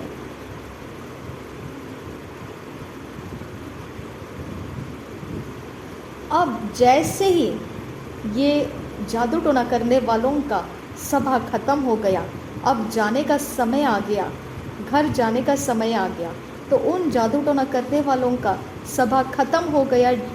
उस समय वो बादल वहाँ से हट गया और निकल जाने लगा। तो जादू टोना करने वालों का सभा में से कुछ लोग उस बादल के पीछे पीछे चलते आए देखने के लिए कि ये बादल जाता कहाँ है। और जब वो पीछे चलते आए तो आकर वो बादल कहाँ रुका उन्होंने देखा, जहाँ प्रार्थना का सभा भरा हुआ था। और तुरंत उसको पता चल गया कि ये वो कारण था जो बादल हमारे ऊपर आया, ताकि ये हम जो काम कर रहे हैं जादू टोना का, इसका असर प्रार्थना करने वाले सभा के ऊपर ना जाए। तो उनकी देखभाल के लिए वो बादल वो जादू टोना करने वालों के ऊपर आकर ठहर गया। तो अब ये जादू टोना करने वाले लोग जब भी कुछ भी मंत्र तंत्र या श्राप कुछ भी कर रहे थे तो वो बादल उसको अटका के रख रहा था और उसको बाहर जाने दे नहीं रहा था।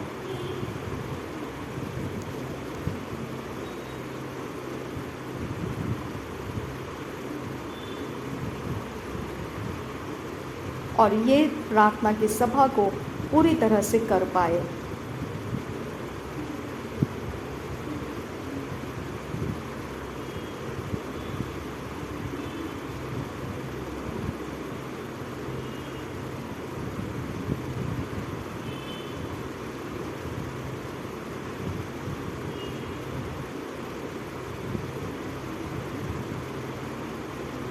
और जो प्रार्थना की सभा में बैठे थे वो तो अपने ही प्रचार के कामों में इतने मगन थे, व्यस्त थे, उनको ज़रा भी पता नहीं है कि ये सब कुछ हुआ है बाहर।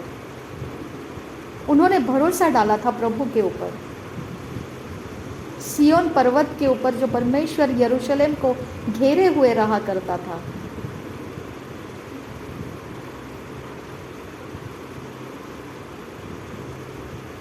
और देखिए उस जादू टोना करने वालों के सभाओं में से फिर एक जन ने ऐसा सोचा कि अगले रविवार को मैं इन कलसिया के लोगों के बीच में जाऊंगा और हाथ में कुछ तो एक धारदार वस्तु लेकर जाऊंगा, और फिर वहाँ जब प्रार्थना के वक्त बुलाया जाता है तब मैं आगे जाऊंगा और किसी को तो हानि करके लौट आऊँगा। ये सोचकर एक जादू टोना करने वाला इंसान उस कलसिया में अगले रविवार को पहुंच गया। उसने उस हथियार को अपने जैकेट के अंदर छुपाया और वो आया। और जब प्रार्थना के लिए बुलाया गया लोगों को आगे, तब वो भी चल के आया।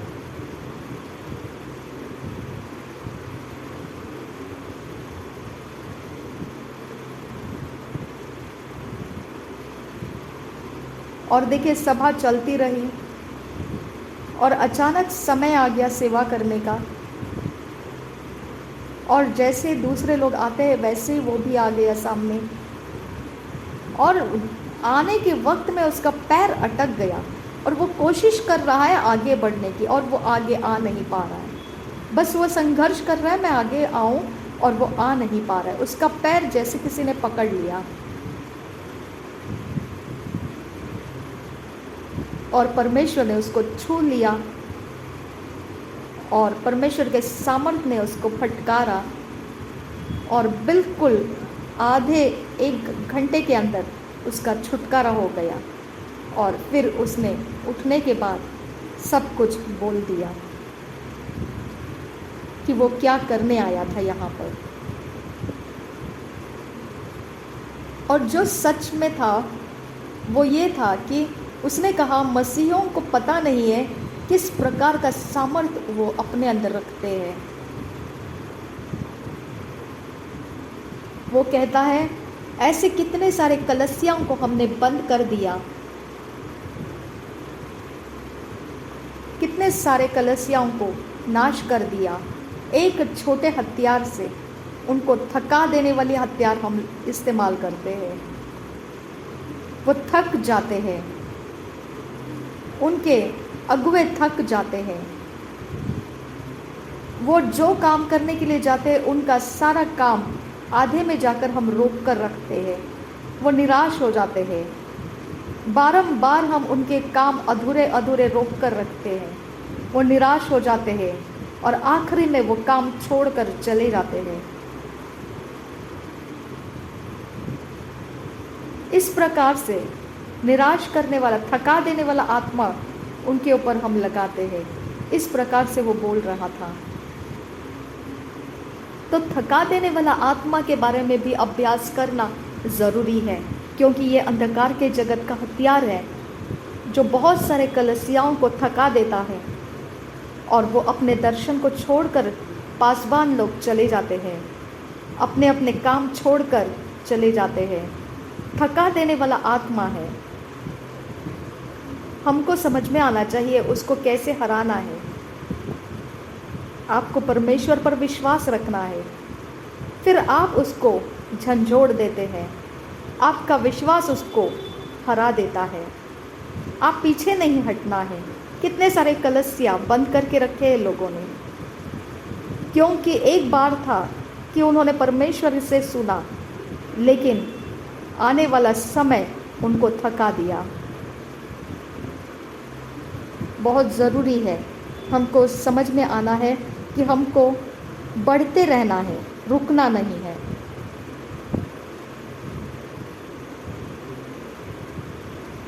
यहाँ एक और अनुभव भाई बताते हैं। ऐसा था कि परमेश्वर का एक दास, उनके संगति में वो ज़्यादा नहीं रहे, बड़े दास है वो, और उनके स्कूल में ये पढ़ा कर, एक स्कूल में वो पढ़ रहे थे।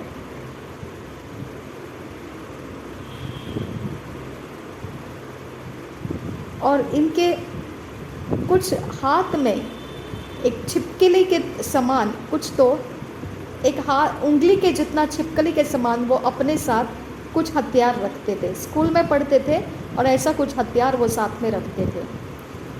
अब जब वो हथियार उनके साथ है तो ये ऐसा हो जाता है ना कि वो हथियार जब उनके साथ है तो वो सताएगा। वो कैसे सताएगा? जब वो उनके साथ है तो वो हिलने नहीं देगा। देखिए, जब वो हथियार, एक छिपकली के जितने आकार का हथियार, अगर वो उनके पैर की तरफ आ जाएगा तो उनका पैर जैसे एक प्रकार का क्या कहते हैं उसे, ऐसा सुन्न पड़ गया जैसा हो जाएगा।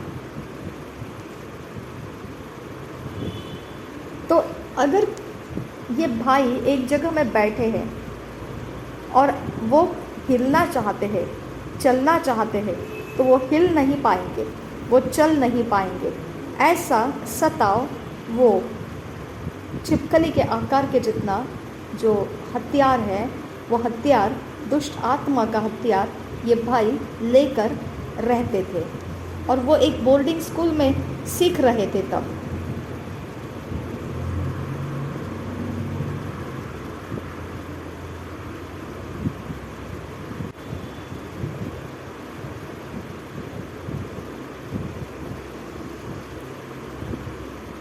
तो ये बात ये भाई जानता था, बाकी कोई नहीं जानता था। और ये एक दुष्ट आत्मा शक्ति है जो किसी के भी अंदर भेजी जा सकती थी। और ऐसा हुआ कि एक बड़े प्रचारक थे और वो वहाँ पर क्रूसेड लेने के लिए आए हुए थे।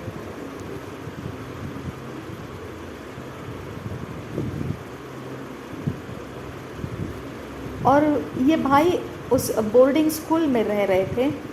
उन्होंने अपने दोस्तों को बोला कि चलो हम जाएंगे इस क्रूसेड में, ये मसीहों का क्रूसेड लग रहा है यहाँ पर, तो चलो हम जाएंगे।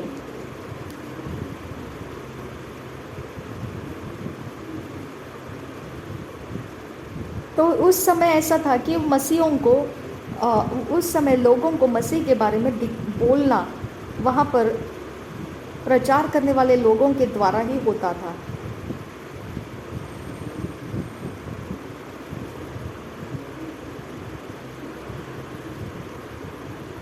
तो बात ऐसी है कि मसीह होना एक बात है और परमेश्वर को समझना अलग बात है। आज हम देखते हैं लोग मसीह तो बन जाते हैं, लेकिन परमेश्वर है ये समझ, कैसा परमेश्वर है, किस प्रकार का परमेश्वर है, ये समझ उनके अंदर नहीं रहती है।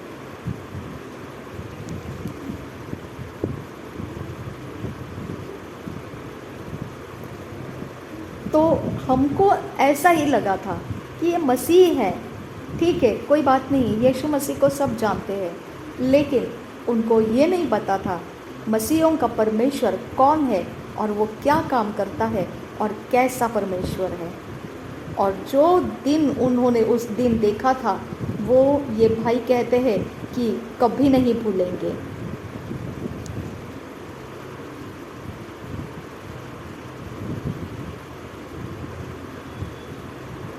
वहाँ एक मसीही महिला आई थी जिन्होंने ये क्रूसेड को चलाया, और जो ये भाई बता रहे हैं वो आज तक उनको याद है।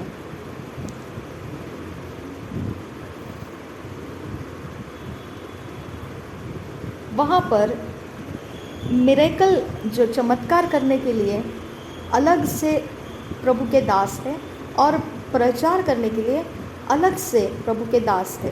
तो ये दासी प्रचार कर रही थी, और जैसे ही उन्होंने प्रचार ख़त्म किया और ये पूरा क्रूसेड इतना ज़्यादा भरा हुआ था कि वहाँ पर हिलने के लिए भी रास्ता नहीं था।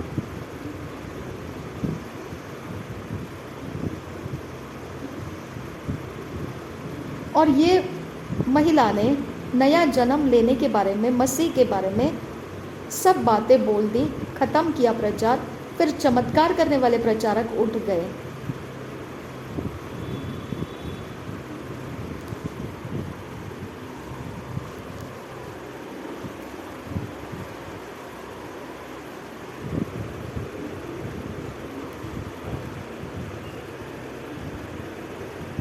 और उनके हाथ में एक छोटा बाइबल था।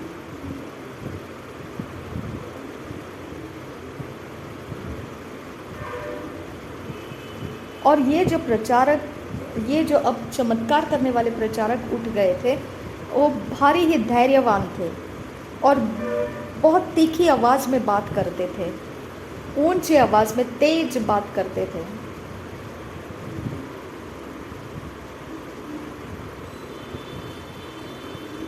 उन्होंने कहा, यहाँ पर जो भी इस पवित्र बाइबल को देख रहा है, वो हर एक इंसान इस पवित्र बाइबल को देख पा रहा है।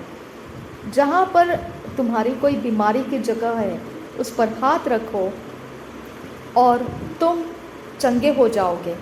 नासरत का प्रभु यीशु मसीह यहाँ पर मौजूद है तुम्हें चंगा करने के लिए। और वो ये बात को दोहराता रहा, बारंबार वो उस पवित्र बाइबल को ऊंचा उठाकर लोगों को दिखाते हुए बोलता रहा।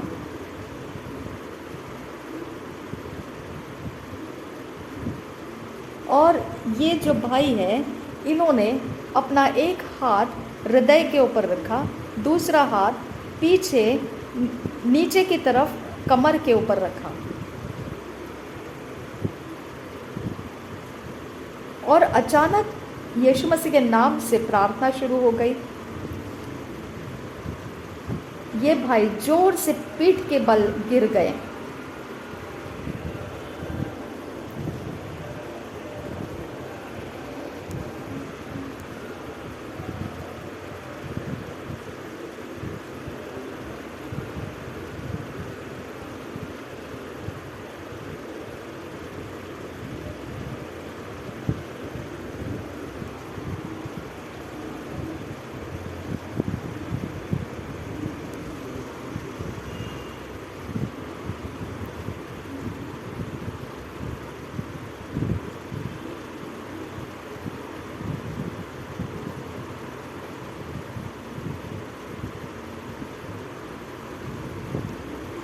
और सब लोग पीठ के बल गिर गए, सब लोग नीचे गिर गए, और ये भाई देखता रहा।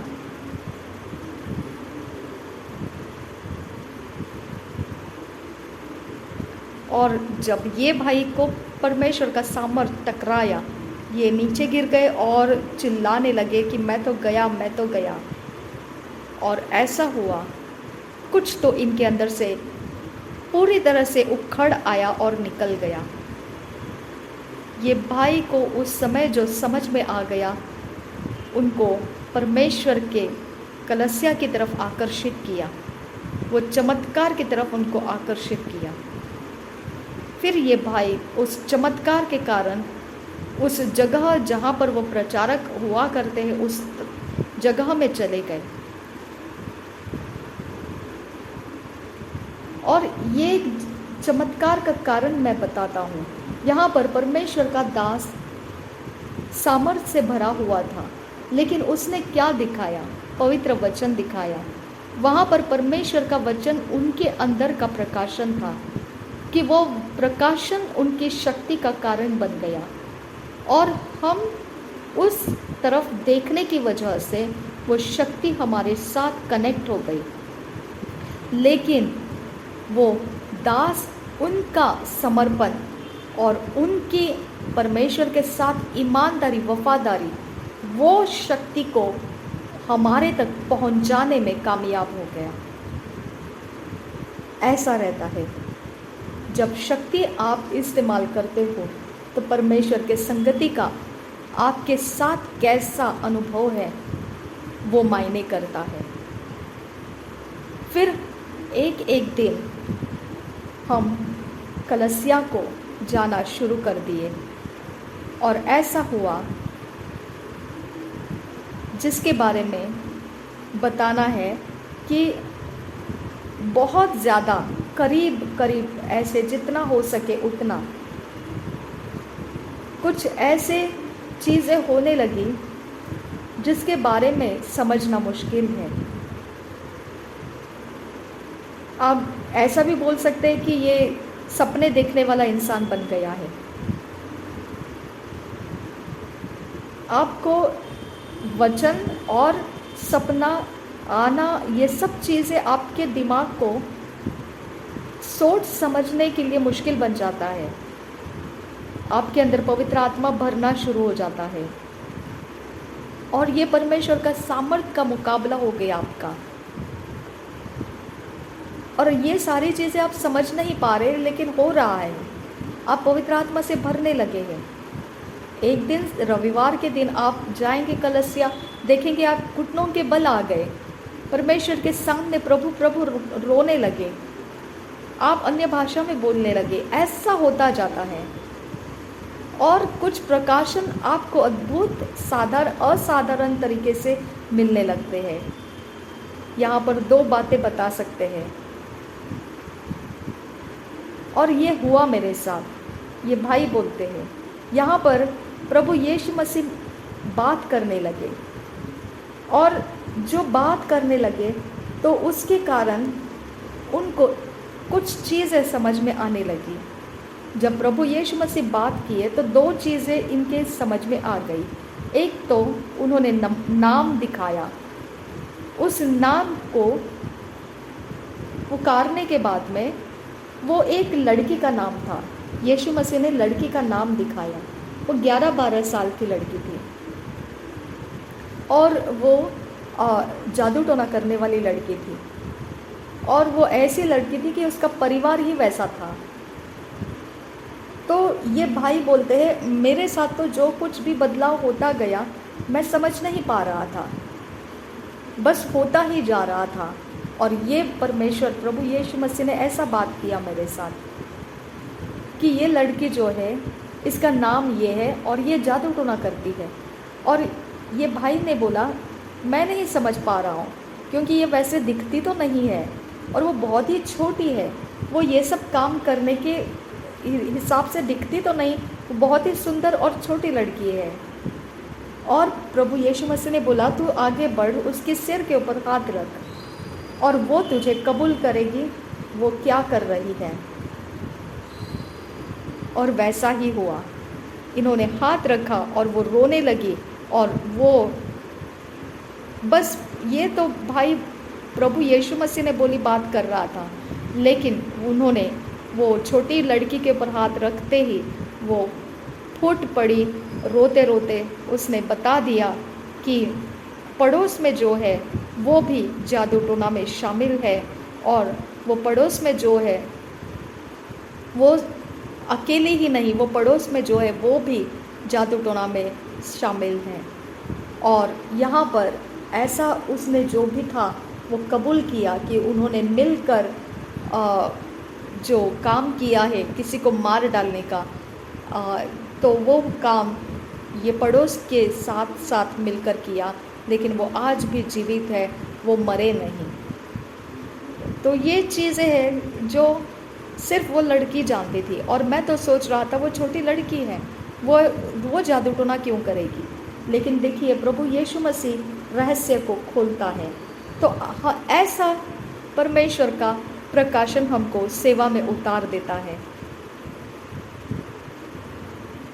और उसने कहा कि ये जो काम हमने किया मार डालने का, वो आप ही के ऊपर किया था, और आपको ये पता ही नहीं चला कि हमने मिलकर ऐसा काम करने के लिए आए थे कि आपको मार डाले। लेकिन आप मरे नहीं, बल्कि आप जाग गए जैसे कुछ हुआ ही नहीं।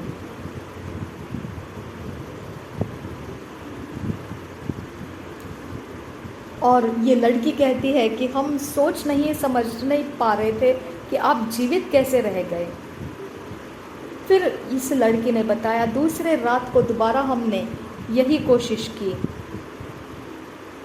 और आपके इर्द गिर्द में आग लगी हुई है, ये हमने देखा। तो ये भाई कहने लगे, तू कह क्या रही है, इसके बारे में मुझे कुछ भी पता नहीं है। तो एक साधारण तरीके से मैंने उसके समझ को सुना और समझा कि ये शक्ति की बात कर रही है।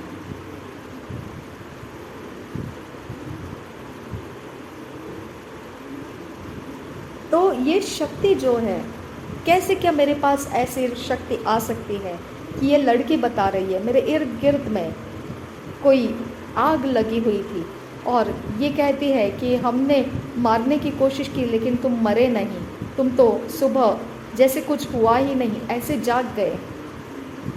तब यहाँ पर समझने की बात है कि ये शक्ति प्रोटेक्शन की, जो मैं अंगूठी से लिया करता था, तो ये शक्ति तो मैंने अब अंगूठी तो रखी नहीं मेरे साथ, फिर ये कहाँ से आ गया। तो यहाँ पर आपको समझ में आना चाहिए, जो परमेश्वर काम कर रहा था, जिसको मैं समझ नहीं पा रहा था, मैं पवित्र आत्मा से भरता जा रहा था, मैं नहीं समझ पा रहा था, मुझे अन्य भाषा शुरू हो चुकी थी और मैं वचन की तरफ आकर्षित होने लगा था। मैं कलशा में जाता था, घुटने टेक कर रोया करता था, ये कुछ भी मेरे समझ में नहीं आता था, लेकिन ये एक सामर्थ्य को मेरे इर्द गिर्द में तैयार कर रहा था। ये उस लड़की के बोलने की वजह से मुझे समझ में आ गया।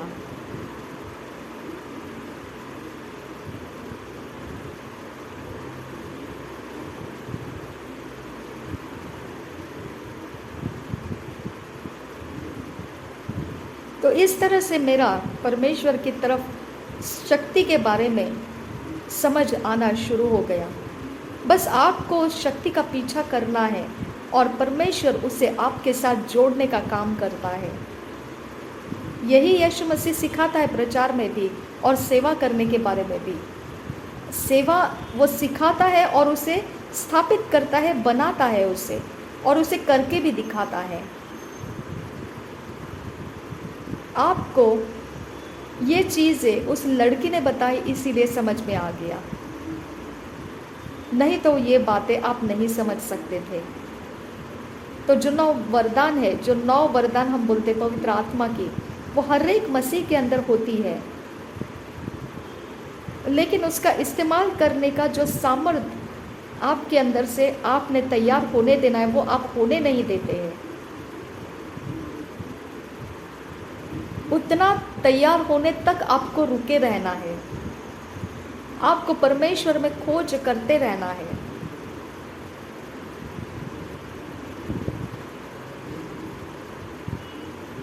जितना आप मनुष्य के ऊपर बल लगा सकते हैं, वो बल आप परमेश्वर के ऊपर लगाइए।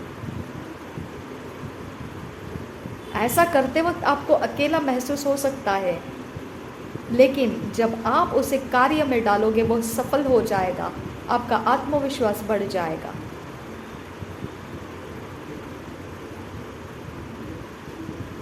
एक समय था कि एक बड़े प्रभु के दास के हाथ मिलाए मैंने, शेक हैंड किया और उनके इर्द गिर्द में ऐसे ही गले लग गया और उनके ऊपर का अभिषेक ये भाई के ऊपर आ गया।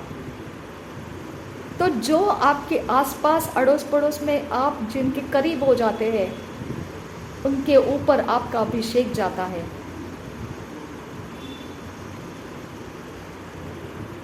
जैसे आप वो लहू बहने वाली स्त्री के बारे में जानते हैं, उसके पास प्रकाशन था और उसने उस प्रकाशन को लेकर यीशु मसीह के कपड़े के छोर को छुआ और वो शक्ति परमेश्वर की उसके ऊपर आ गई।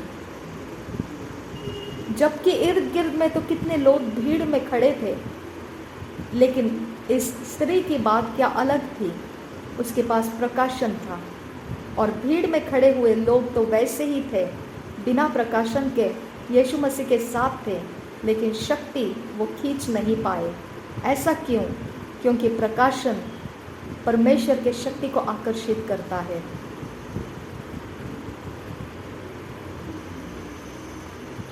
तो ये जो स्त्री थी ये कोई चेला नहीं थी यीशु मसीह का, फिर भी परमेश्वर का सामर्थ्य उसके ऊपर आ गया। तो आपके अंदर है परमेश्वर के सामर्थ्य को खींचना, आपके प्रकाशन क्या है आपके पास उस पर निर्भर करता है। आपका हर एक काम करने का तरीका यही होना चाहिए। उसके लिए प्रकाशन है क्या आपके पास? अगर है प्रकाशन, आप उस चीज़ को अपनी तरफ खींच सकते हैं। आप असफलता को हटा सकते हैं, सफलताओं में बदल सकते हैं। आप बीमारी को हटा सकते हैं, लेकिन क्या प्रकाशन है आपके पास? अगर प्रकाशन है तो शक्ति से आपके काम होते जाएंगे।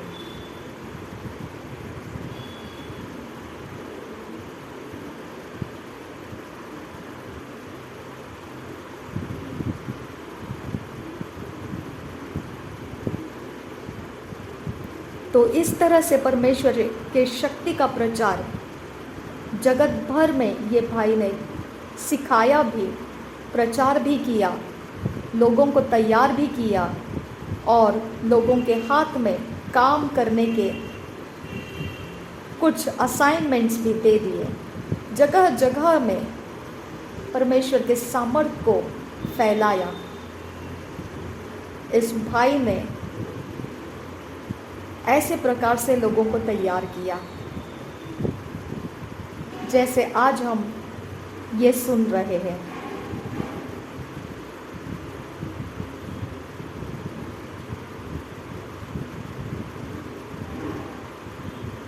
तो परमेश्वर के आत्मा का ये प्रेरित होने का काम जब शुरू हो चुका था, तब ये कोई नाम बोलकर नहीं दिया जाता था कि आप प्रेरित हो, लेकिन आपके काम के नतीजे जो आते हैं उसको देखकर लोग बोल सकते हैं कि आप कौन हो, भविष्यद्वक्ता हो या प्रेरित हो या सुसमाचारक हो या कौन हो।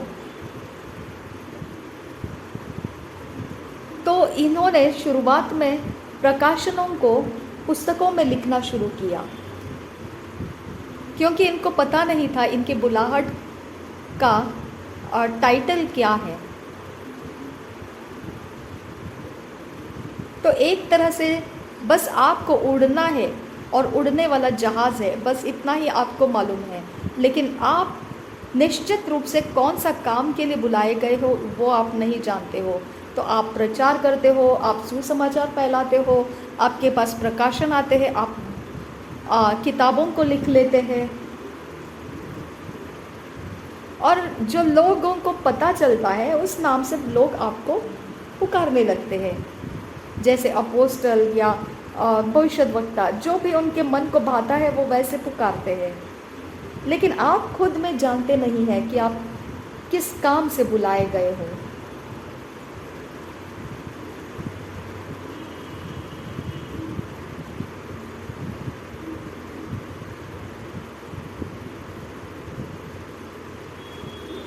इसके लिए बहुत बार हम निराश भी होते हैं और कुछ अच्छे भी लगते हैं, और कभी कभी इनकार किए जाते हैं लोगों के द्वारा।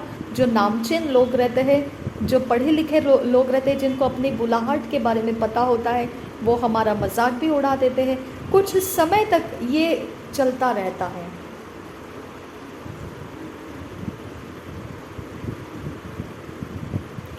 लेकिन एक समय आता है जब आपको अपनी बुलाहट समझ में आ जाती है और आप अपने कामों के द्वारा पहचाने जाने लगते हैं। आपको इनकार करने वाले आपके सिखाने वाली बातों को लेने लगते हैं, आपको अपने साथ जोड़ने लगते हैं, आपकी लिखी हुई किताबों को वो लेकर पढ़ने लगते हैं। तो ये कब होता है?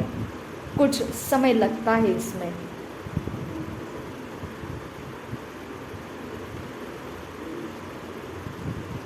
फिर हम दूसरों को तैयार करने लगते हैं, वो अनुग्रह हमारे ऊपर बढ़ता जाता है, वो आत्मा हम पहचानने लगते हैं कि हम किस काम से बुलाए गए हैं।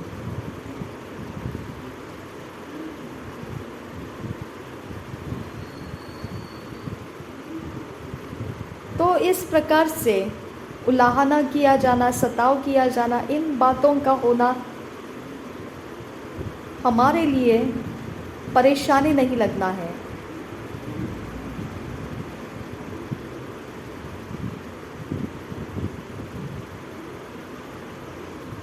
भविष्यवाणी करना और प्रेरित का काम करना दोनों अलग अलग हैं, और दोनों में बड़ी बड़ी योजनाएं हैं। लेकिन काम करते वक्त दोनों इकट्ठे होना बहुत ज़रूरी है। वो एक जड़ के समान है, दोनों इकट्ठे होना।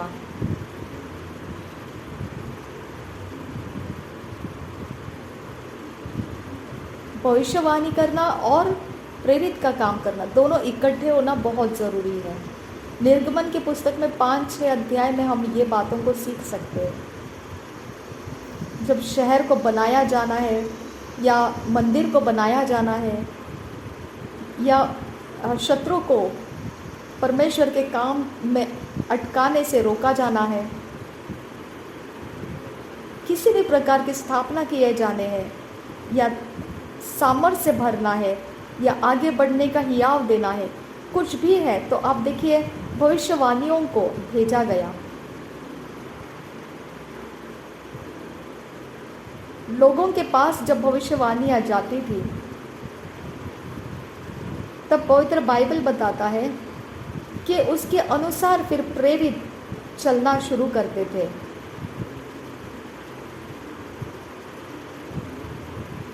तो प्रेरितों का उन्नति का कारण भविष्यवाणी मार्गदर्शन के लिए दिए जाते थे। लोगों के लिए वो मार्गदर्शन होता है।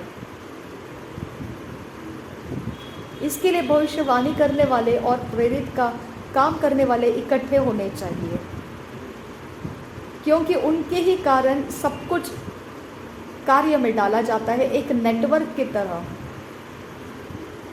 वो आपस में जुड़ने की वजह से वो सही मार्ग के ऊपर अपने कामों को लेकर चला सकते हैं।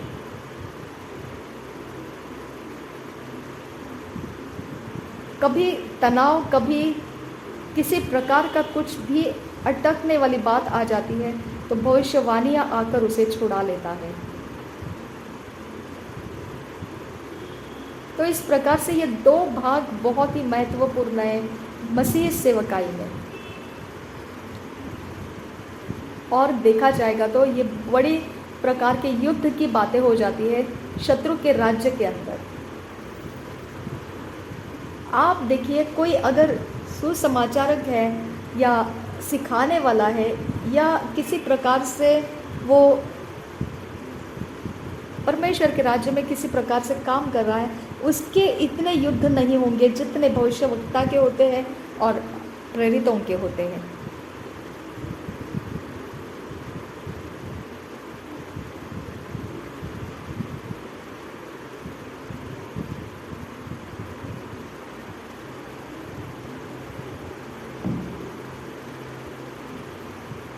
अब भविष्यवाणी करने वाला और प्रेरित करने वाला, प्रेरित के काम करने वाला, दोनों भी अपने अपने समझ में परिपक्व रहने चाहिए, ताकि वो सही तरह से परमेश्वर के आवाज़ को ले सकें। उनके पास पवित्र वचन का मजबूत जड़ होना चाहिए, समझ होनी चाहिए, वो पकड़ पाए कि क्या परमेश्वर की ओर से है, क्या परमेश्वर की ओर से नहीं है। उनके शब्द बोले जाएंगे तो वो काम करेंगे, इसकी समझ उनके अंदर भले तरह से होनी चाहिए।